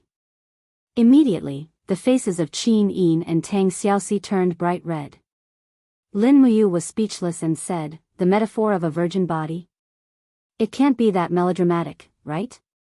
Grand Deacon, don't tell me that the only way is for Xiaoxi to open the profound gate with a man." Lei Hong glanced at him. "In your dreams. Even if that's the case, it won't help. The only way is to open the profound latch and protect Princess Xi's sea of qi from leaking. Otherwise, even if the profound latch is broken, once the sea of qi leaks, she'll be as good as crippled. Then is there any other way?" Lin Muyu was a little anxious. Chu Chu smiled slightly and said, "Little Lin, why are you so anxious for Princess Xi?" Lin Muyu said, "Chu, you don't know, but Tang Bin of Seven Seas City is overbearing. If it wasn't for me and Zhang Wei today, I'm afraid he would have forcefully snatched the Tang sect iron token from Xiaoxi's hands." "So that's how it is." Chu Chu stroked his beard and a glint shot out from his eyes. Seven Seas City is indeed a huge variable in the empire. There are more than 200,000 soldiers stationed in Seven Seas City. They are strong and have many strong generals. Tang Bin, Tang Lu, and Tang Tian aren't easy to deal with either. Currently, Duke Lan is still alive and can stabilize the situation in Seven Seas Province.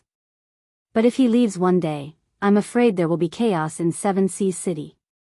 As he spoke, Chu Chu looked at Lin Muyu and said, "You did the right thing by helping Princess Xi seize power. This way, Her Highness will have Princess Xi's help when she ascends the throne. Otherwise, when Her Highness Xiao Yin ascends the throne, the empire will be in chaos before her wings are fully grown." Qin Yin was stunned. "Father's body is still healthy." "It won't happen." Chu Chu shook his head and said, "Her Majesty's wind-cold physique is getting weaker by the day. Xiao Yin, why are you deceiving yourself? You're the heir to the throne, and one day, you'll be in charge of the empire. There are some things that you should plan ahead of time. Reiham and I are still alive, and we're still able to contribute to your Highness's empire. However, if one day Reiham and I are gone, your Highness can only rely on your peers like Yu, Feng Jixing, and Princess Xi." Qin Yin's eyes turned red. "Chu. I understand." Lei Hong stroked his white beard and said with a smile, "Chu, don't scare Her Highness. It's not that scary. I think that although Her Majesty's body is weak, she can at least continue to be on the throne for another 10 years. Moreover, you also saw that Her Majesty conferred the titles of Wind, Rain, Thunder, and Lightning generals yesterday. In fact, it is to help Xiao Yin cultivate her own generals. Feng Jixing, Lin Muyu, Qin Lei, and Chu Huayin have limitless futures. With the four of them, the empire of the Qin Empire will be half-stabilized." Qin Yin blinked her eyes and looked at Lin Muyu. She suddenly asked, "Brother Yu, you will always be by my side, right?" Lin Muyu was stunned. Looking at Qin Yin's beautiful face, she couldn't help but feel a little flustered. She nodded and said, "Yes, as long as Xiao Yin needs me, I will not leave her." Qin Yin smiled sweetly, and she had a beauty that could topple all living things.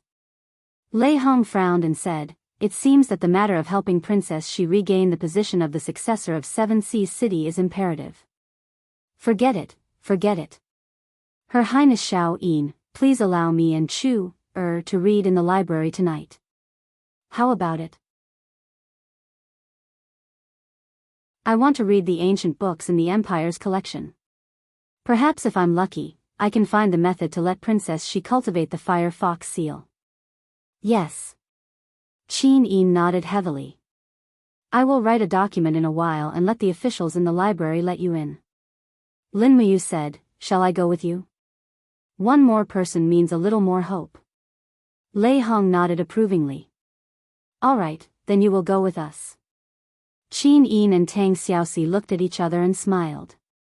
Thus, they didn't even need to write the document and decided to go together late at night. The five of them were also destined to spend the night in the library. Late at night, there were a total of 10 stoves in the library to keep warm, but it still couldn't stop the cold wind from blowing in through the cracks in the door. Lin Muyu sat among a pile of ancient books and flipped through them one by one.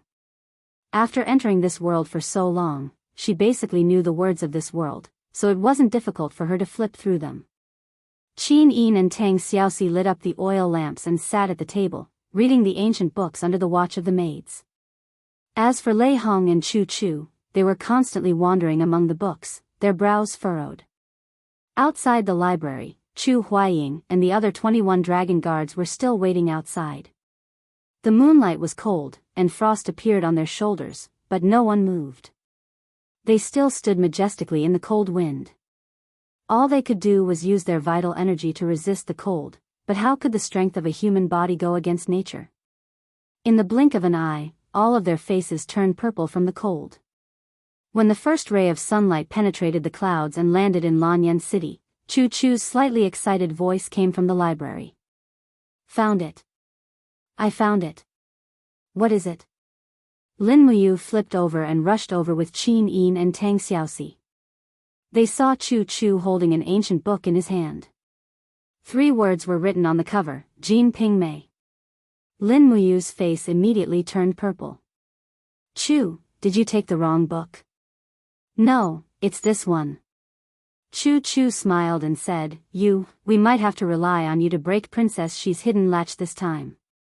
What do you mean? Jin Pingmei is a level 10 herb. Combined with level 9 Arhat fragrance, it can be refined into a level 10 medicine called the Perfection Medicine. Do you know about it as a medicine god?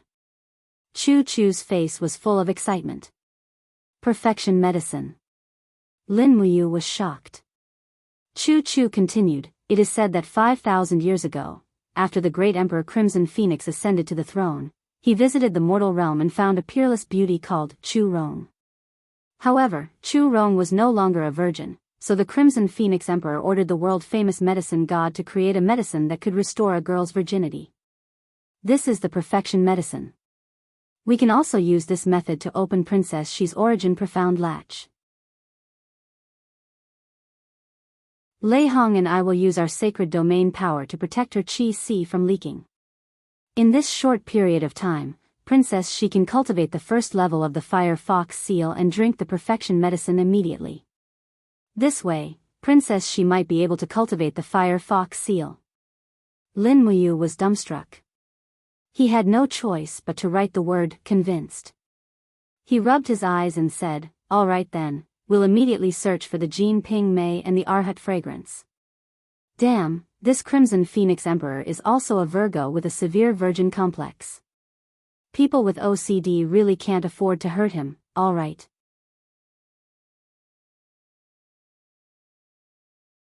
Chapter 204. Wuxia Xianxia was a very strange herb. It was said to be connected to Buddha, but there were very few people in the Shattered Cauldron realm who believed in Buddha, and they did not believe in the Buddha of Earth, but another Buddha that Lin Muyu was unfamiliar with. However, overall, they still believed in the type of people who lay down the butcher's knife and become a Buddha. I've seen Wuxia Xianxia in the dragon-seeking forest. It's about 2 days' journey from here. Chu Chu nodded and said, so, I'll go find Wuxia Xianxia. Lei Hong, you stay in Zai Tian Hall for a few days and protect His Majesty and Her Highness. How about that? Lei Hong nodded and said, all right, then what about the Jin Ping Mei? There's no need to look for the Jin Ping Mei.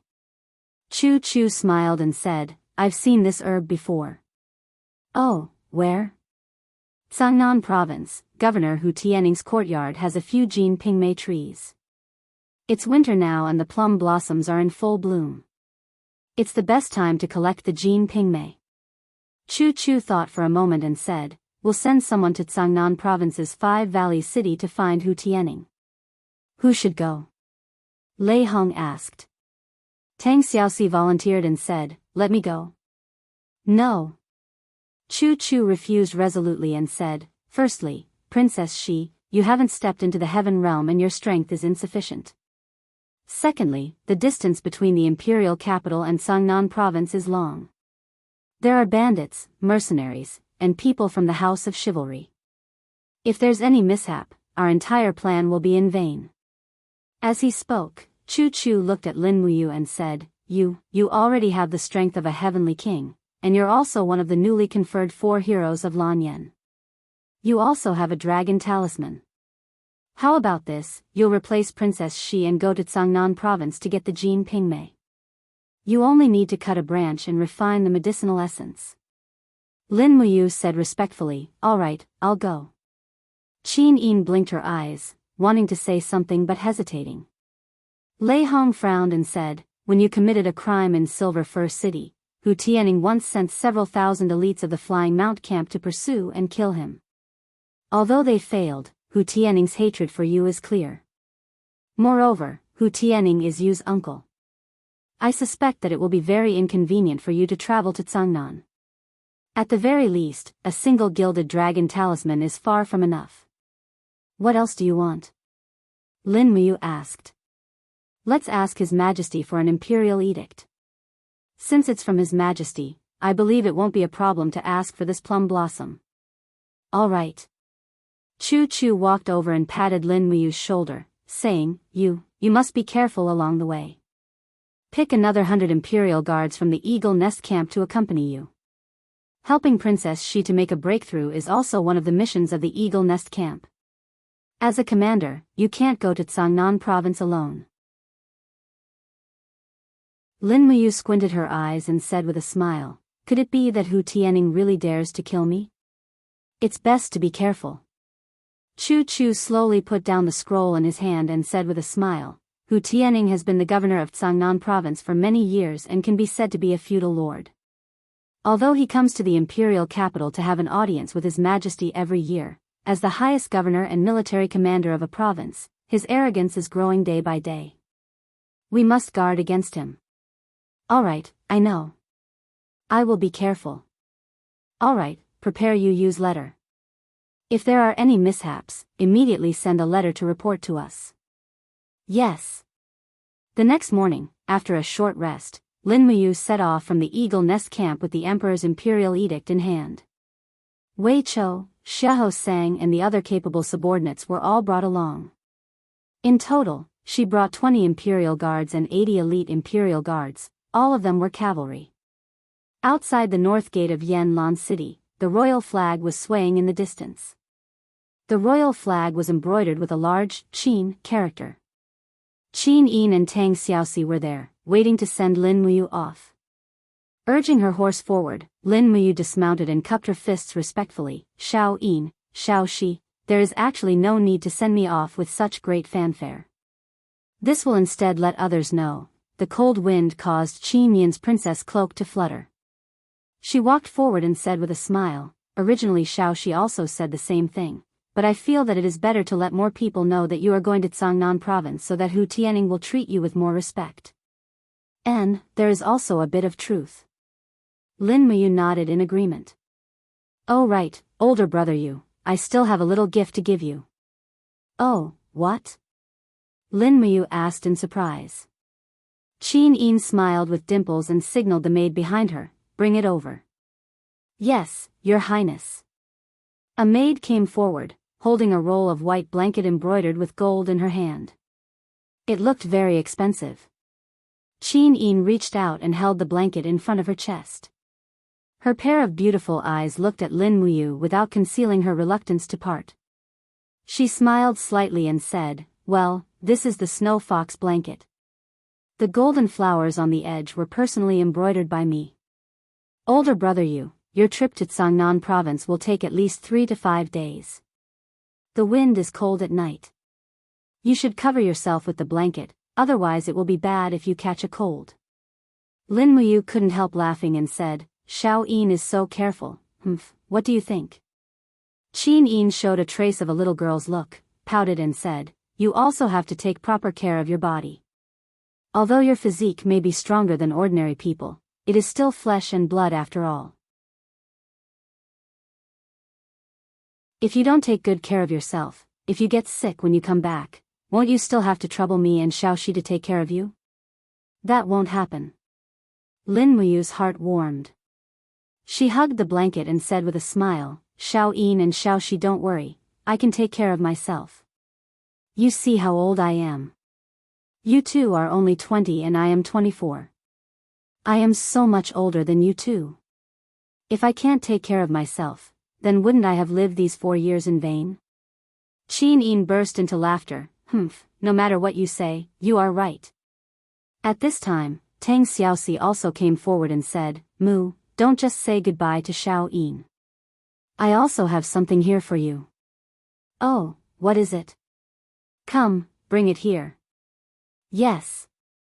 Several guards of the Duke's mansion came forward, each of them holding something wrapped in white cloth. A faint fragrance filled their nostrils. Tang Xiaoxi opened one of the packages and said with a smile, Here, fragrant beef loaf, good quality snow rabbit leg, and some fruits to help with digestion. You will need them for your journey. Lin Muyu didn't know what to say anymore.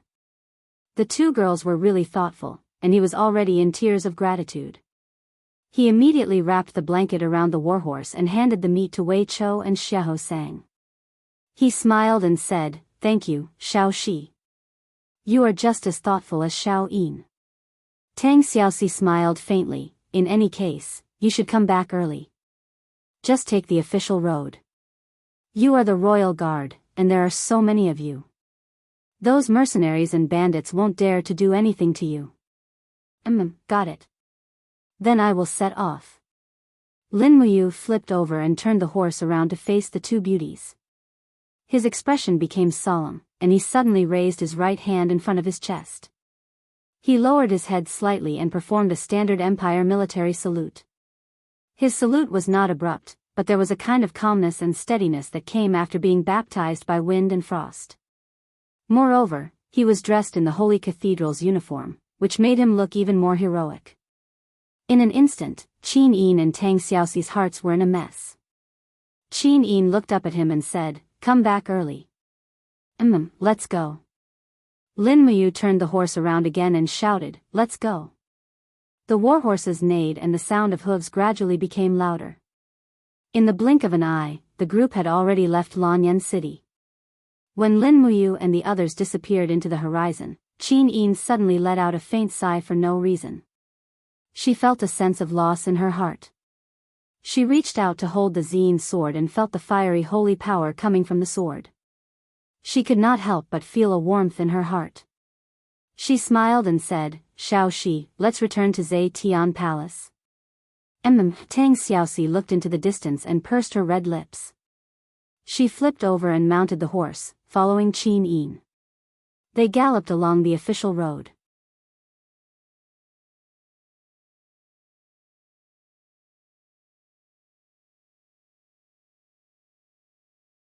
Chapter 205.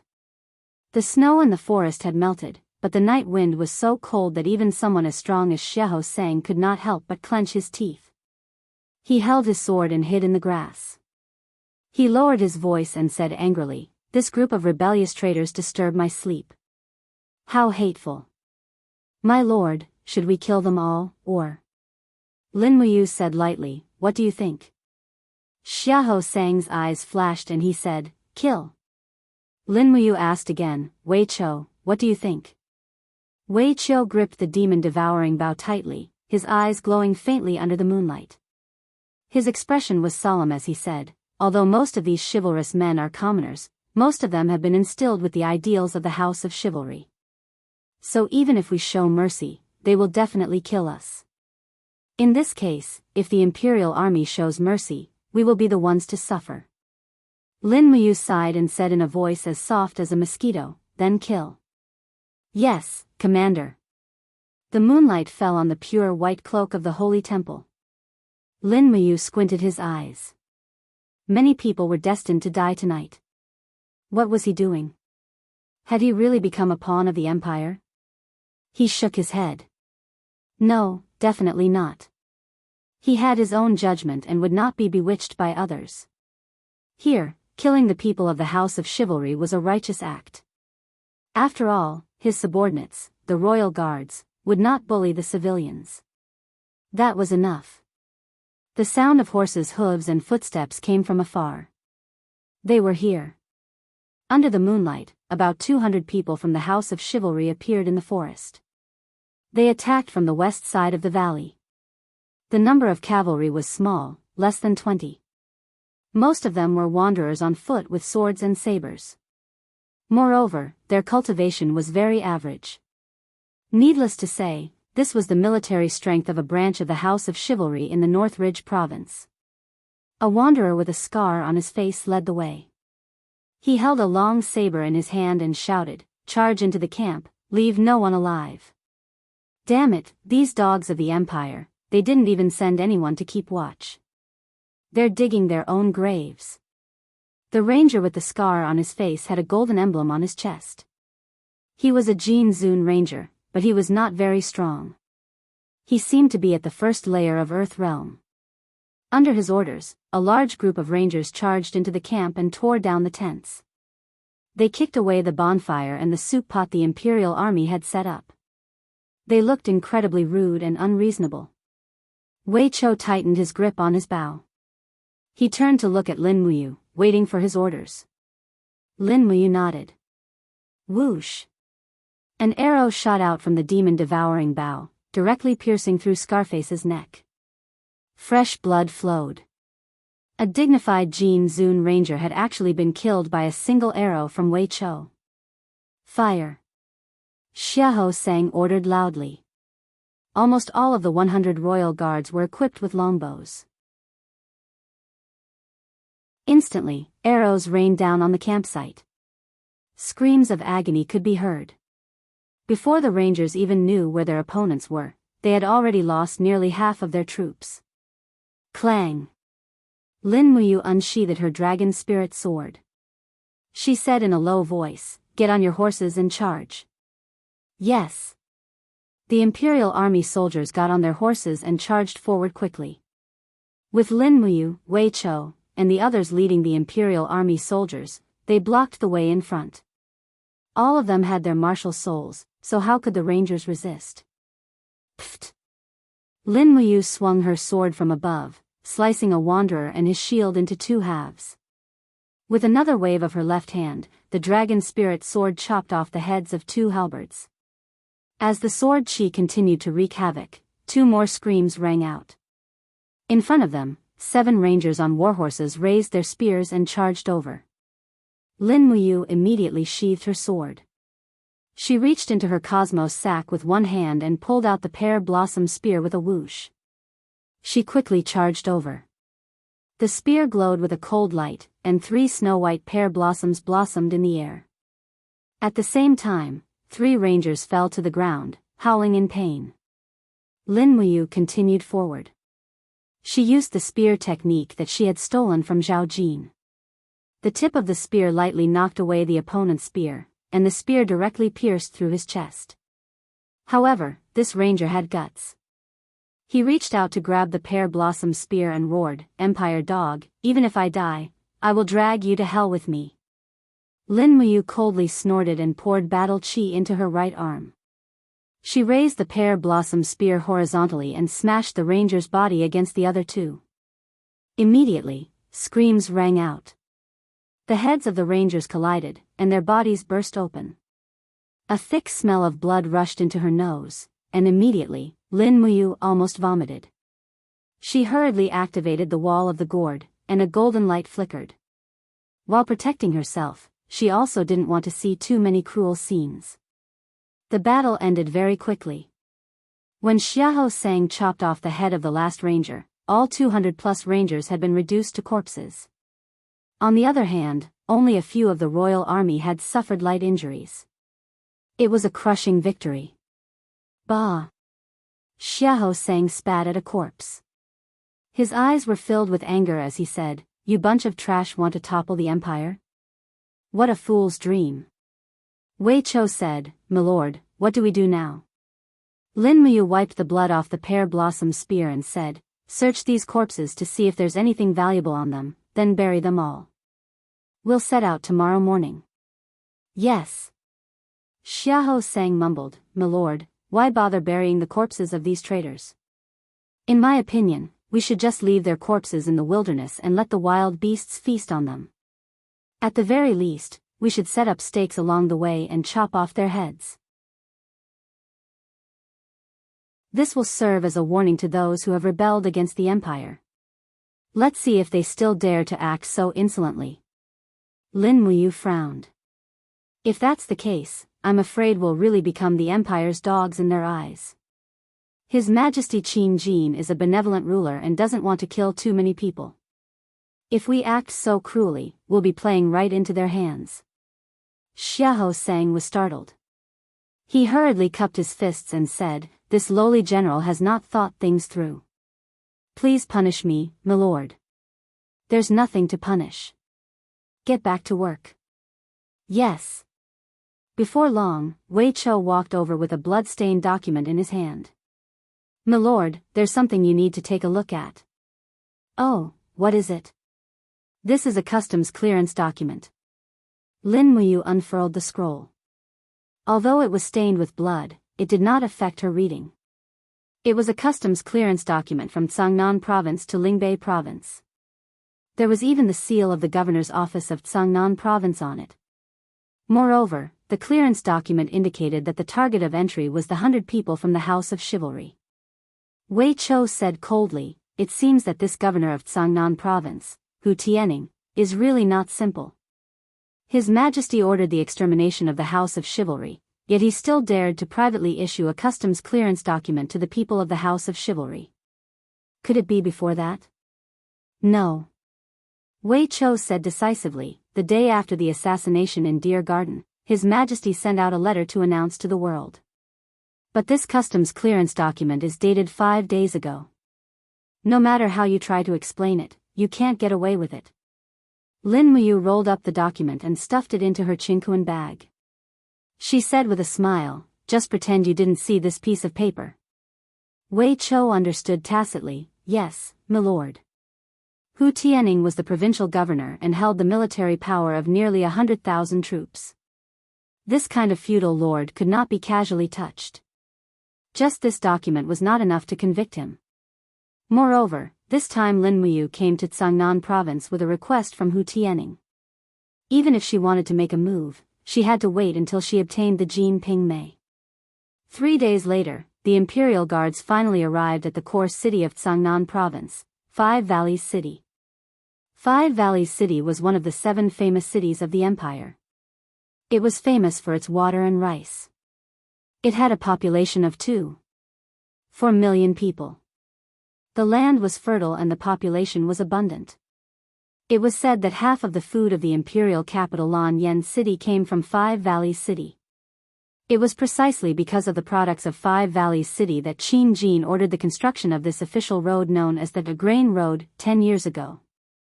Looking from afar, the outline of Five Valleys City was very majestic. Although it was not as towering as the imperial capital Lanyan City, it could be considered to have a different style. The city walls of about 10 meters high surrounded the entire Five Valleys City, and one could not see the end of it at a glance. On the main road, there was an endless stream of merchants and civilians, and patrolling guards could be seen everywhere. When Lin Muyu and the others appeared in the sight of the city, a cavalry team in the city came to greet them. The leader was a man who looked like a scholar, but had a protruding mouth and monkey-like cheeks.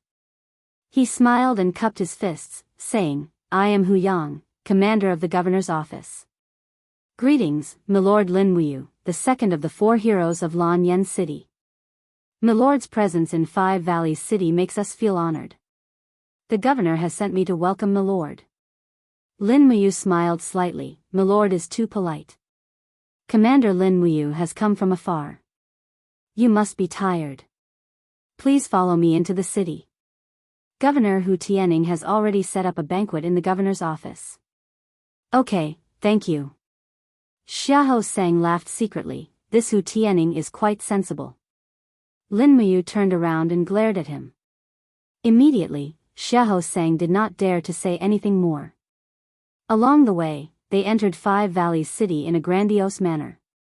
When passing through the market, they saw many naked girls dressed in alien costumes being escorted by a group of soldiers. There were about hundreds of people. Some were crying, and some were looking at the people around them with cold eyes. Their eyes were full of hatred and anger. Lin Muyu asked with a smile, "Milord Hu Yang, what's the matter with these women? Hu Yang's gaze swept across and revealed a trace of contempt.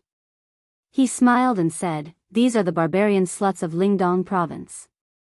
Last month, there was a rebellion in Lingdong province. 20,000 barbarian soldiers crossed Tianshu province along the Qinling Mountains and attempted to attack our Five Valleys city. However, Governor Hu Tianning ordered the Flying Mount Battalion to attack. More than 10,000 heavy cavalry of the Flying Mount Battalion quelled the rebellion at almost zero cost." As he spoke, Hu Yang curled his lips and smiled. "Well, these women are all barbarian sluts. After they were captured, they were sold as female slaves. They are very cheap. You can buy one for just a few Jin coins. Some of the more hot-tempered barbarian women can be bought for just a few dozen silver coins. Hey, my lord, are you interested in these women?" Lin Muyu shook her head, smiled, and said, "How could that be possible? I'm not that kind of person." "Hey." Hu Yang also smiled, "My lord, you are so handsome. Indeed, you don't need these lowly barbarian women. By the way, my lord Hu Yang, what will be done with these female slaves in the future?" Hu Yang said, "Those who are good-looking will usually be bought by the nobles or the rich to be kept as their exclusive property. Those who are average or below will mostly be bought by the army to be their concubines. Of course, after defeating the enemy, the army has basically captured enough women to be their concubines, so there is no need to buy too many." Lin Muyu was a little surprised. Is it the rule of the empire to capture women every time they conquer a city? Hu Yang nodded, "Yes, this is an unwritten rule. Otherwise, the morale of the army will be damaged." "I see."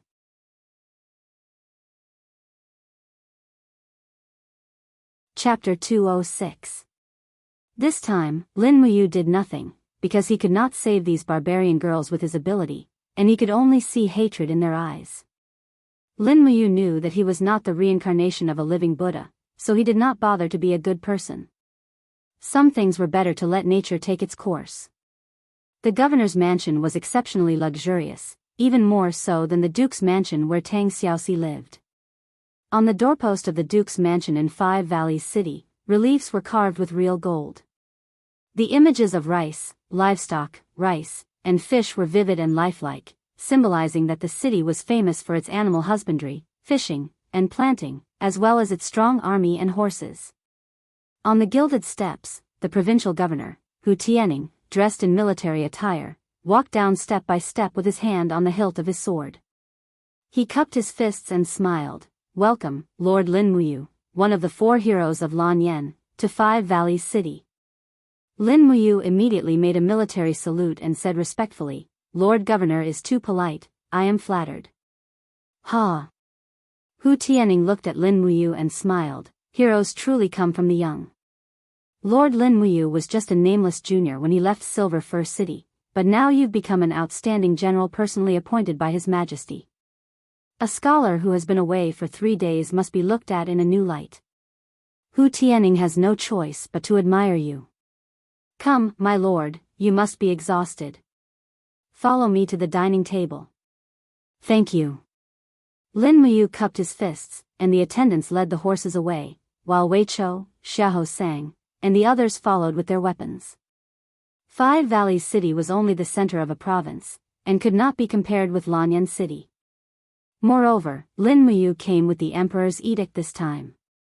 No matter how strict the governor's mansion was, they dared not disarm Lin Muyu and the others. In the hall, a grand luncheon was held to entertain the distinguished guests. Hu Tianning sat at the host's seat, while Lin Muyu sat at the second seat. Opposite Lin Muyu was a young general of about 30 years old. Judging from his aura, this person had stepped into the heaven realm, and was probably the strongest general in the entire governor's mansion. Come. Hu Tianning raised his cup and said with a smile, "Today the distinguished guests have come to Cangnan province." Everyone in Five Valleys City rejoiced.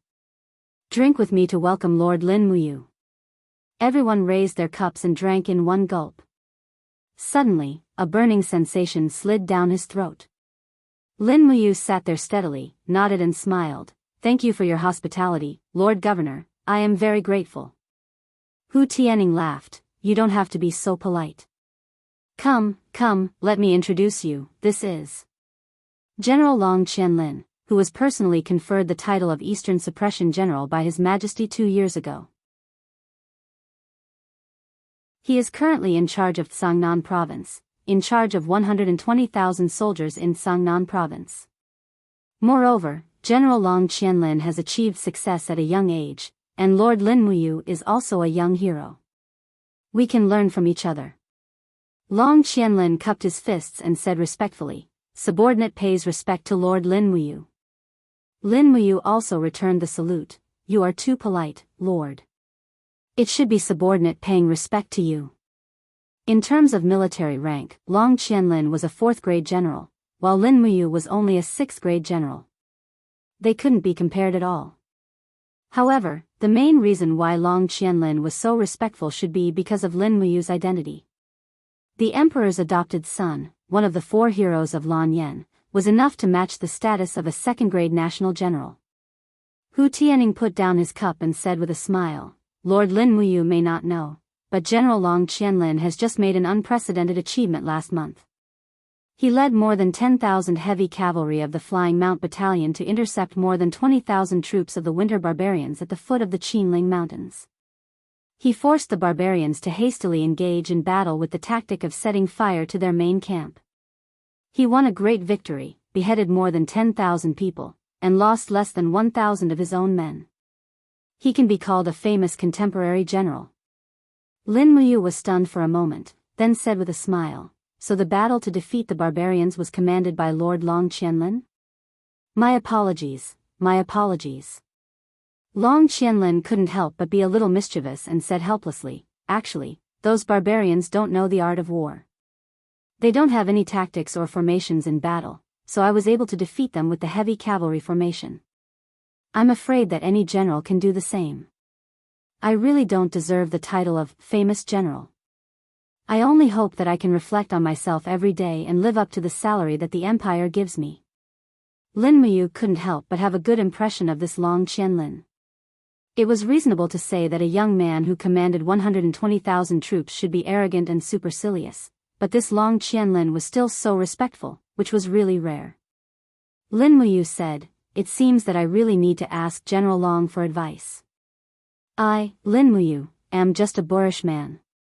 I only have strength, but I know nothing about the art of war or the art of war. Lord is too modest. Long Qianlin cupped his fists and said, if Lord wants to ask for advice, I will definitely tell you everything I know.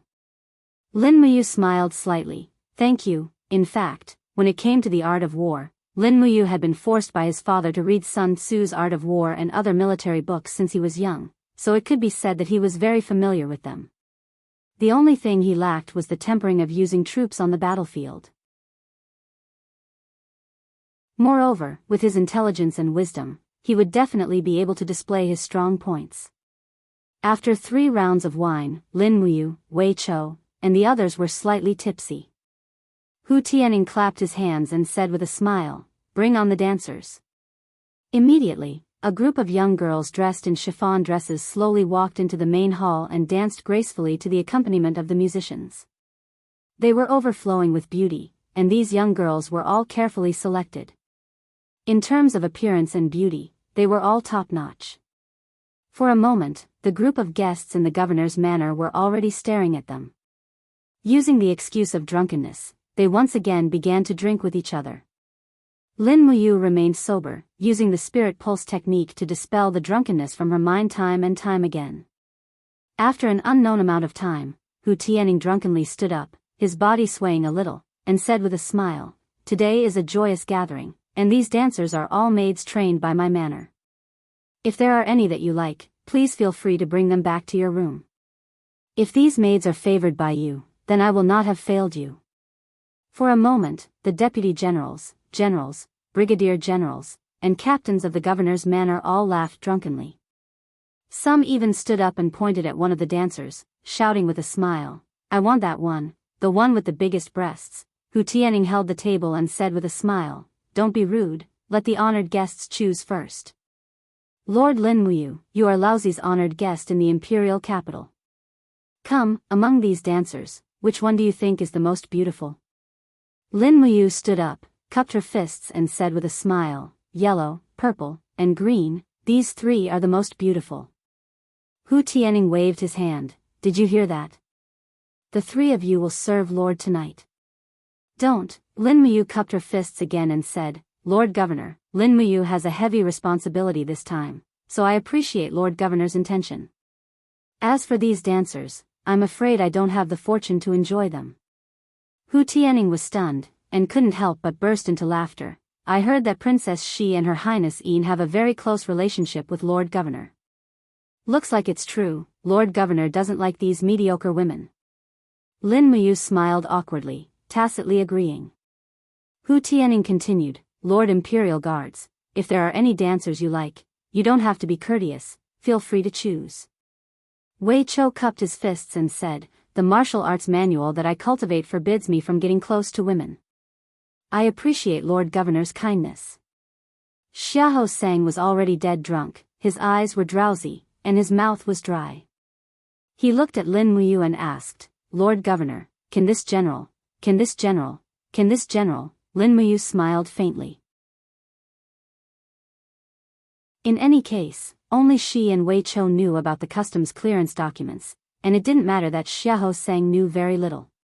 She nodded and said, if there is anyone you like, bring them back. Thank you, Lord Governor. Xiahou Sang felt as if he had been granted amnesty, and immediately pointed at a group of dancers and said, the ones in purple and yellow, come together. For a moment, Lin Muyu felt like dying. She held her forehead and thought to herself, damn it, why do I have such a lecherous subordinate? From afar, Long Qianlin looked at Lin Muyu's expression and also secretly smiled. As a result, Xiahou Sang and the other two imperial guards took away a total of 4 dancers, while the remaining dozens of dancers were given to the high-ranking officers of the governor's office to serve them. Just like Lin Muyu, although Long Qianlin was the highest commander, he rejected Hu Tianning's good intentions. Lin Muyu, Wei Chou, Xiahou Sang and the others were arranged to stay in the governor's mansion's VIP room. And after Lin Muyu expressed the purpose of her visit, Hu Tianning very happily said that he would send a bouquet of Jinping plums to the VIP room tomorrow morning. This made Lin Muyu feel relieved. This trip to Cangnan province could be considered smooth, and she did not fail her mission. The only flaw was that the noise next door was too loud. Xiahou Sang was full of energy, making the 2 dancers feel like dying, so much so that their voices penetrated the wall and directly reached Lin Muyu's ears. Lord Governor is so strong. This lowly concubine can't stand it anymore. Watch carefully, I still have more powerful moves. Lord Governor, don't, I really can't. Lord Governor, you say that Lin Muyu Lord is so handsome, him or you, who is better in bed? Nonsense, of course my Lord Governor is stronger. If I let you talk more, quickly lie down, I will let you know what is called powerful. Lin Muyu couldn't help but smile bitterly. Xiahou Sang's words could be considered as loyal and devoted to her. Walking out of the door, it was a bleak winter, and the fallen leaves in the courtyard slowly rolled with the wind. Lin Muyu casually pulled out the dragon spirit sword, and with the help of her tipsy state, she danced a set of wind-riding sword technique. When she sheathed the sword, she heard applause coming from outside. In the darkness, a man came in. It was the general of the east, Long Qianlin. General Long hasn't slept yet? Lin Muyu smiled slightly. Long Qianlin also smiled, isn't Lord Governor also awake? Just now I saw Lord Governor's swordsmanship, it is indeed outstanding, and can be considered to have reached the realm of lightness. My third-rate swordsmanship, it is not worth mentioning. Lin Muyu laughed, pointed to the stone table next to her, and said, would General Long like to sit? Yes. Long Qianlin immediately sat down, and asked with a smile, is it the first time Lord Governor has come to Five Valleys City? Yes. What do you think of Five Valleys City? It is very rich, and the soldiers are strong. I saw those prisoners of war on the street. Lord Governor, are you referring to those barbarian girls? Long Qianlin's expression darkened, and he said, Many of those girls were forced to pick up crude weapons to rebel before they reached adulthood, but in the end, they became the meritorious service of a third-rate general like me. Lord Governor, if I say this, will you look down on me? Lin Muyu was stunned. No. Long Qianlin pressed his hand on the cold stone table, and said with a smile, I don't know how many people died in vain in this battle. I really don't know when the world will truly be at peace. General, are you dissatisfied with the current situation? Lin Muyu suddenly asked.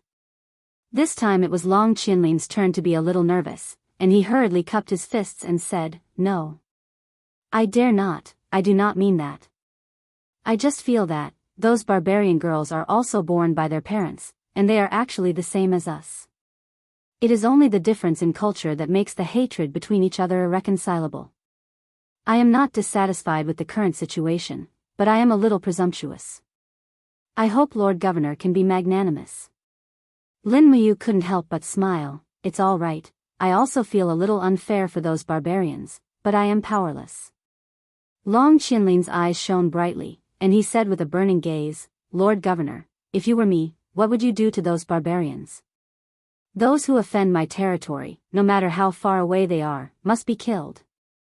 Yes, Long Qianlin was stunned, and he actually felt a sense of arrogance and domineeringness from Lin Muyu.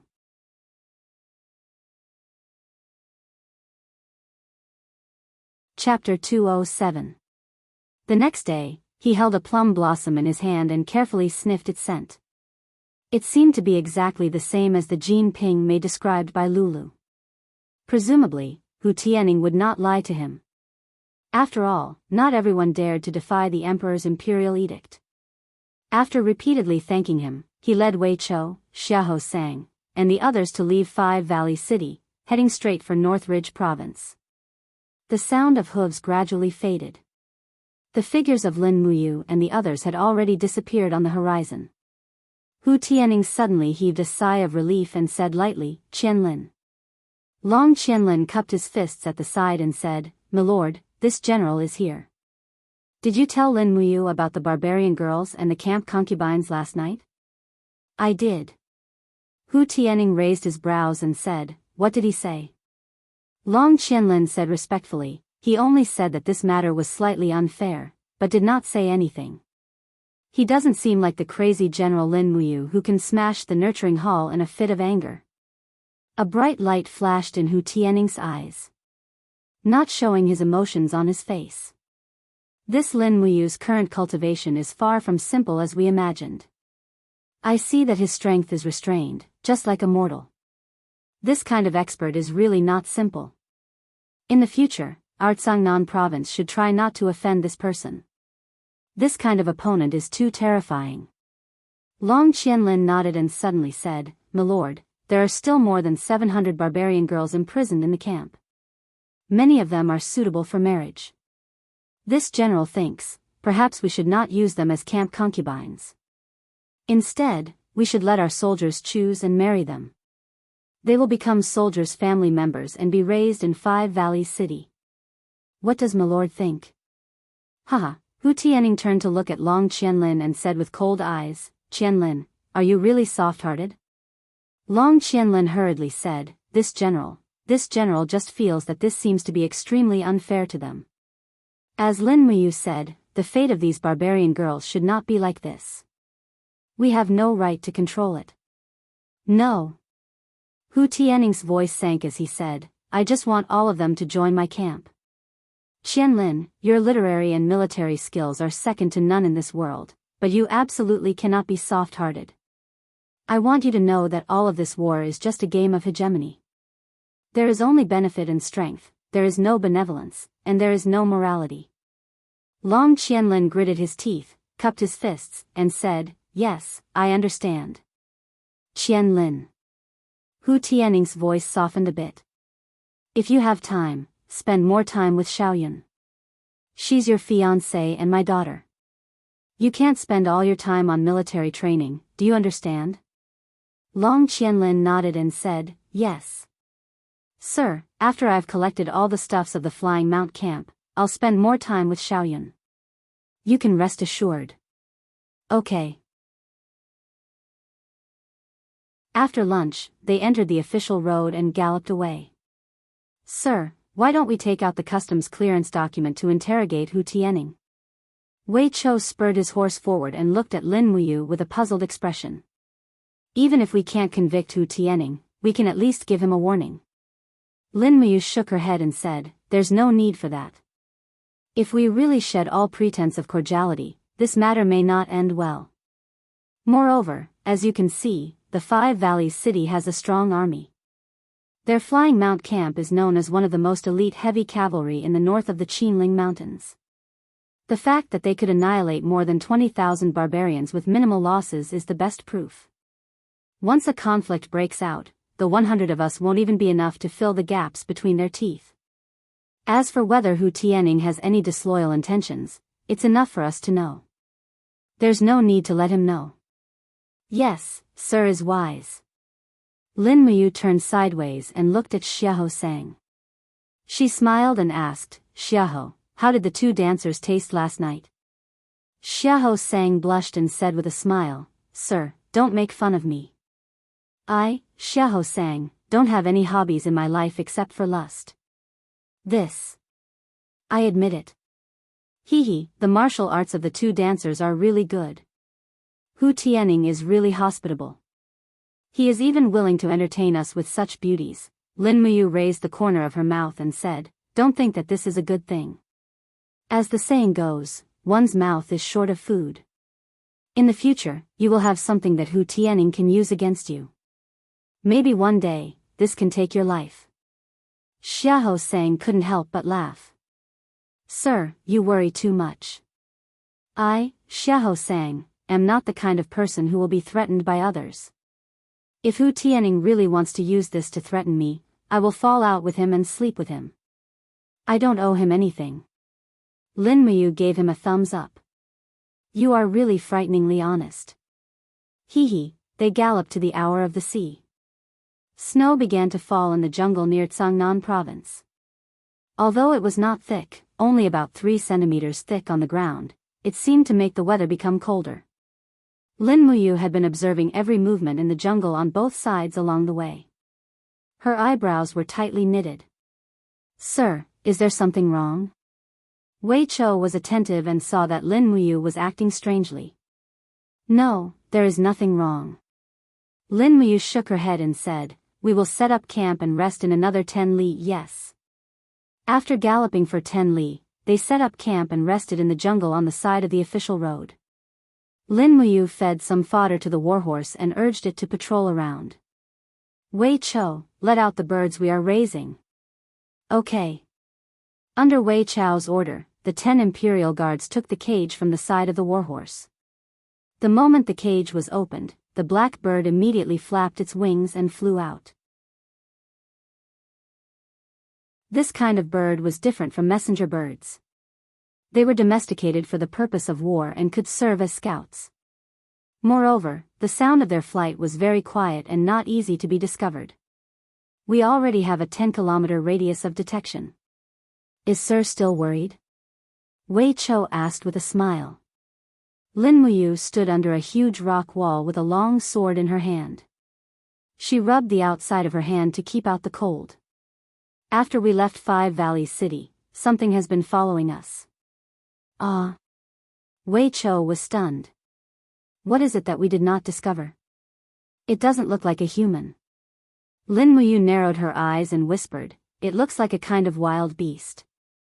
I have seen the footprints of that kind of beast many times in the snow. 3 palms, each palm print is in the shape of a diamond. Do you know what it is? Leopard wolf?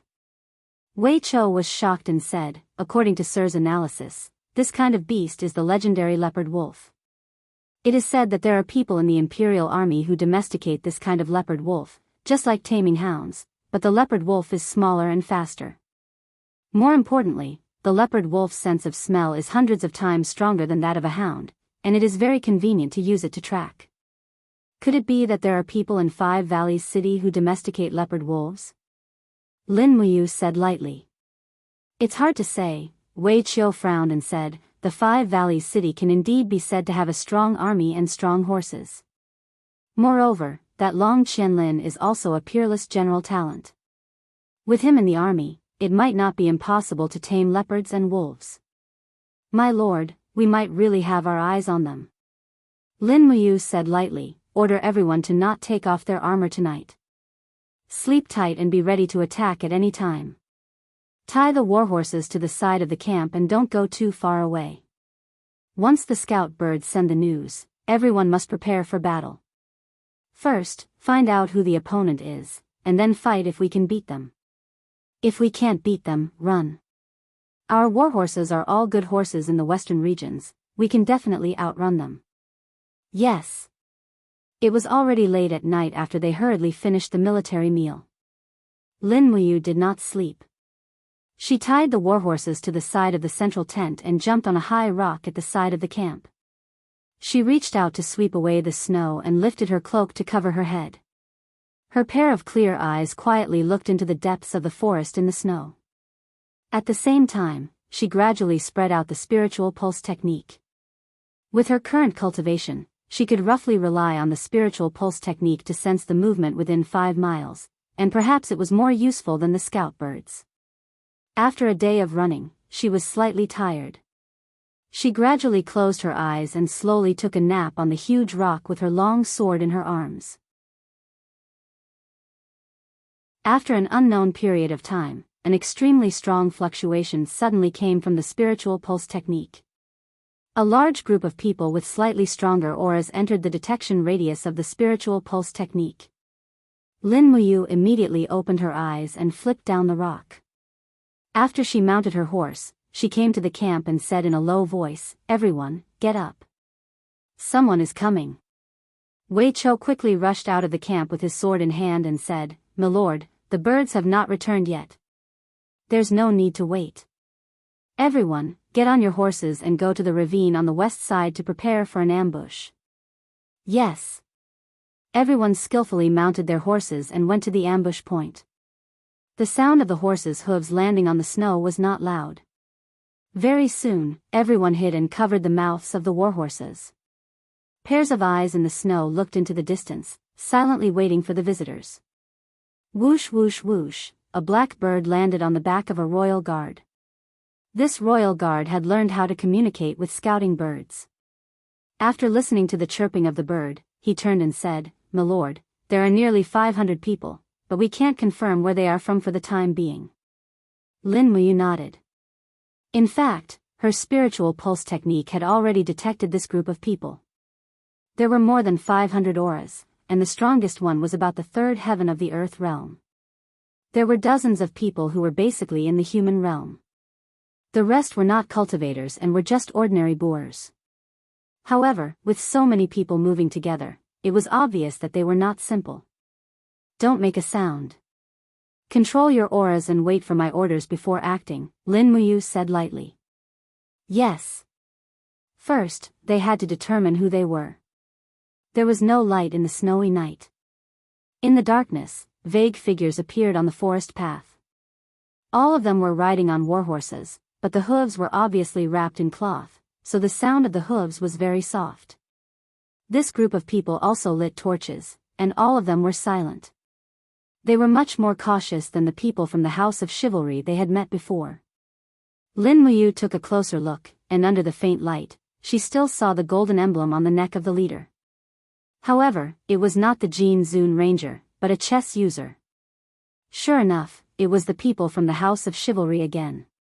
However, this time, it should be the people from the Cangnan province's headquarters.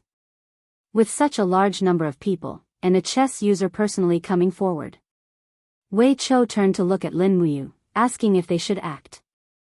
Lin Muyu slowly opened her palm, and a golden light bloomed. The gourd marshal's soul had already come out of her body. She suddenly shouted, "Royal Guard, close your eyes." Hum. The golden gourd soared into the sky, and in the next moment, Lin Muyu activated the special ability of her marshal's soul, Light of Dawn. A dazzling light bloomed in the dark night, as if it was daytime. Such a strong light in a dark space was obviously not something that a normal person's eyes could withstand.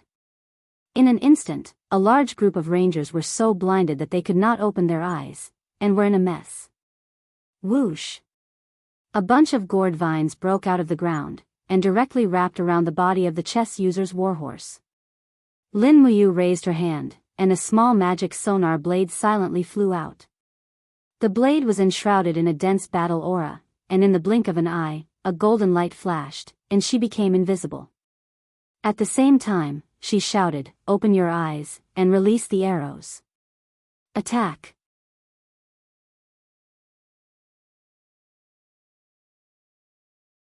Chapter 208. Yuishir gripped his steel saber and stared at the air in front of him. He could feel the ripples of air being cut, but he couldn't see anything. He could only raise his saber in front of his chest to block the attack. He felt a sudden chill on his neck, and he felt as if his soul had been stripped from his body. He could no longer muster any strength. Puff! The little magic sonar saber revealed its true form after being stained with blood. It spun rapidly in the air, and the sky beast's soul hidden in the saber quickly evaporated the blood. It became invisible again and slashed diagonally into the neck of another Jianghu ranger.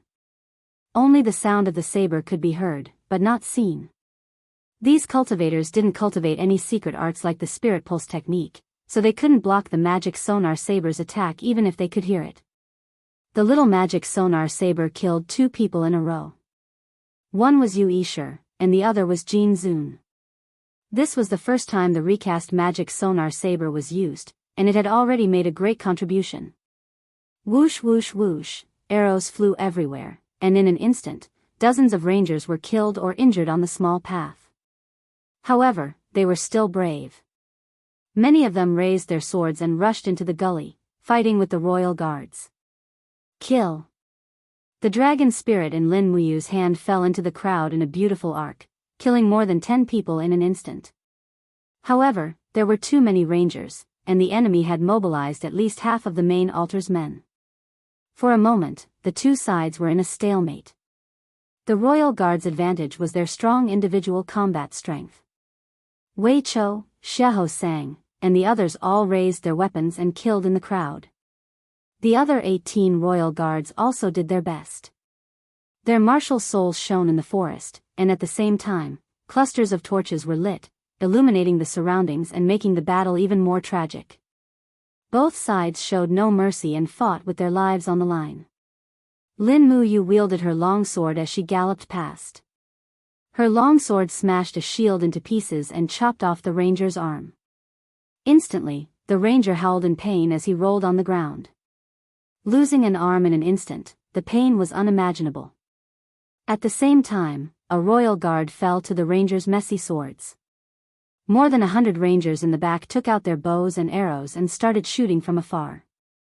In the blink of an eye, another 7 or 8 royal guards fell to the ground in pools of blood. Buzz! Lin Muyu opened her hand, and the golden wall of the gourd quickly expanded into a wall in front of everyone. The arrows collided with the wall of the gourd, but they could not penetrate it at all. Looking at the people behind her, Lin Muyu shouted, "Quickly clear the area and retreat." Yes.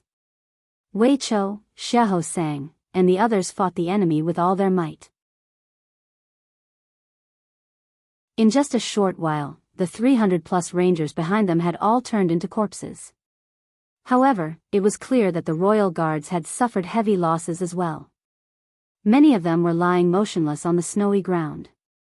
With the golden wall of the gourd in hand, Lin Muyu shouted at the rangers who were shooting arrows in the distance, "We are the royal guards of Lanyan City. You have repeatedly attacked us. Are you really not afraid of death?" In the distance, a silver exalt ranger held a longbow in his hand and said with a cold expression, "You dogs of the empire, you have killed so many of our brothers, and you still want to leave here alive?" Without saying a word, Lin Muyu opened her right hand and lightning raged. Suddenly, the dragon spirit sword broke through the air and pierced the neck of the silver exalt ranger like lightning. He wanted to continue speaking, but his Adam's apple had completely turned into a pile of minced meat. How could he speak? He fell to the ground with a roar like a wild beast. Lin Muyu raised her hand and caught the long sword that was flipped back to her. She said lightly, all of you, scram, if you don't want to be killed. The group of Bronze Exalt Rangers and Iron Exalt Rangers looked at each other.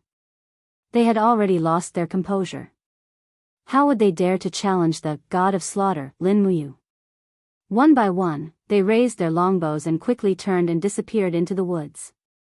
My lady. Wei Chou urged his horse forward.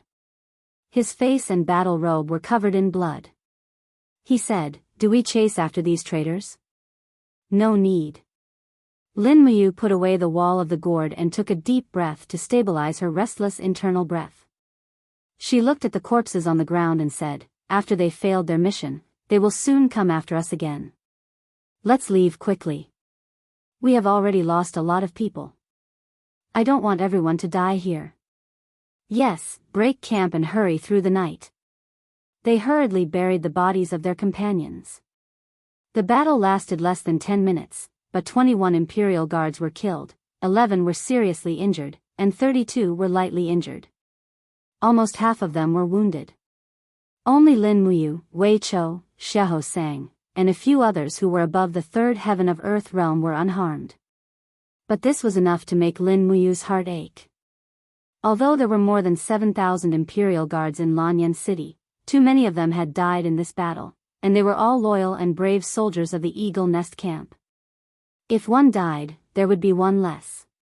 Even if they were replaced, they would only be new soldiers. Their combat ability could not be compared at all. In the early hours of the morning, the warhorses were snorting violently. Lin Muyu held the reins and kept moving forward at a high speed. They had to reach Lanyan City as soon as possible, or the House of Chivalry would not let them have an easy time.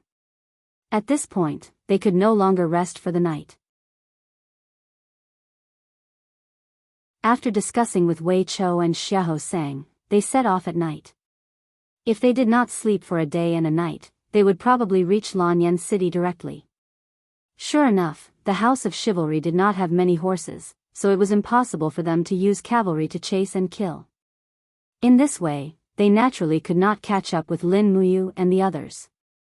After a day and a night of running, several warhorses were so tired that they were foaming at the mouth. Fortunately, on the morning of the third day, they could see the outline of Lanyan City in the distance. But suddenly, the spiritual pulse technique once again sensed the dense aura of experts appearing on the road in front of them. Lin Muyu hurriedly raised his arm and shouted in a low voice, "Draw your swords and prepare for battle." Yes. Xiahou Sang pulled out the spear from the back of the horse, while Wei Chou took out the demon-devouring bow. It was always good to be able to kill a few people before the close combat.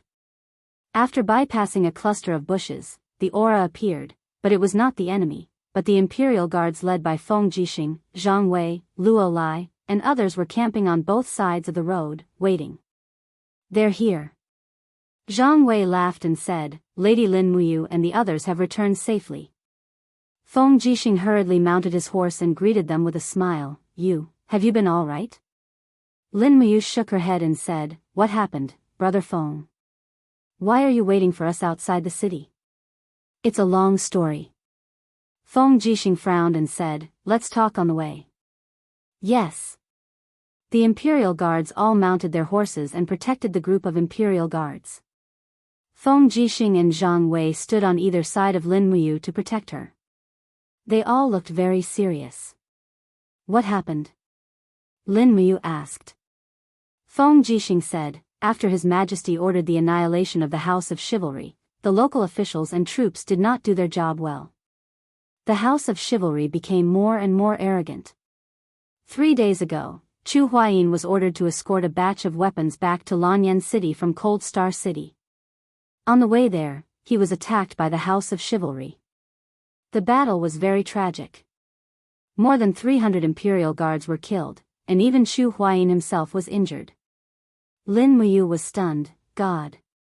Brother Chu was injured? Who ambushed him? How could they be so strong that even someone like Brother Chu was injured?" Feng Jixing nodded. According to the investigation, the ambushers were from the House of Chivalry in Earth Star Province. They sent a Grand Travel Agent, 3 Grand Travel Agents, and 7 Jin Zuns, a total of more than 2,500 people to participate in the battle. Chu Huayin brought 700 imperial guards with him. The heavy losses were expected, but old Chu was indeed very strong. The price of him being injured was that the grand travel agent of the House of Chivalry was seriously injured. All 3 grand travel agents were killed, and more than a dozen Jin Zun and Silver Venerable were also killed. As he spoke, Feng Jixing looked at Lin Muyu's expression and said, Were you also attacked along the way? Yes. Lin Muyu nodded slightly. I was attacked once on the way there, and again on the way back. They were also from the House of Chivalry, but I didn't lose that many people. A day ago, 21 Imperial Guards were killed. They didn't send that many people, only about 500 in total. If they had sent more than 2,500 people, I'm afraid I wouldn't have been able to come back. Feng Jixing took a deep breath. Damn, these bastards from the House of Chivalry are trying to slap His Majesty in the face. What do you mean? In the past 5 days, you and Old Chu weren't the only 2 troops marching on the official road. There were many other troops dispatched, but only the 2 of you were attacked. Moreover, you 2 are also newly conferred by His Majesty as one of the 4 heroes of Lan and Yen, one of the 4 generals of wind, rain, thunder, and lightning. The intention of the House of Chivalry is too obvious. Killing either you or Old Chu will damage His Majesty's prestige. Lin Muyu clenched her teeth and said, the House of Chivalry is now openly challenging His Majesty. They are cursing His Majesty as a fatuous ruler and fabricating all kinds of evidence that His Majesty is a tyrant to confuse people. If we let them continue like this, I'm afraid His Majesty will lose the hearts of the people. Isn't that right? Feng Jixing nodded and said, this matter needs to be discussed at length. We will report to His Majesty in detail when we return to Zhe Tian Palace. Yes, how is Brother Chu's injury? Is it serious? It's all right. A few of his ribs are broken. I'm afraid he won't be able to fight for the next half a month. That's good. He can take half a month off and spend more time with Miss Xianxiang. Lin Muyu smiled and said, does Brother Feng also think that Brother Chu and Miss Xianxiang will be a couple? Of course. Feng Jixing raised his gaze and said, they are a perfect match. Chu Huayin is my brother. Of course, I hope that he can find happiness. Xianxiang is gentle and kind. She can make Old Chu's heart feel at peace. Yes. Lin Muyu smiled and said, Brother Feng, you're not young anymore. Why haven't you thought about your marriage? Feng Jixing was stunned. He shook his head and laughed at himself. I, Feng Jixing, have been living on the edge of a knife all my life. It's better not to be a burden to others. Let's not talk about this. Let's go back to Zhe Tian Palace quickly. Yes, okay. You're tuning into the Carefree Valley YouTube channel. Don't forget to subscribe and join us on this journey to catch the most captivating stories.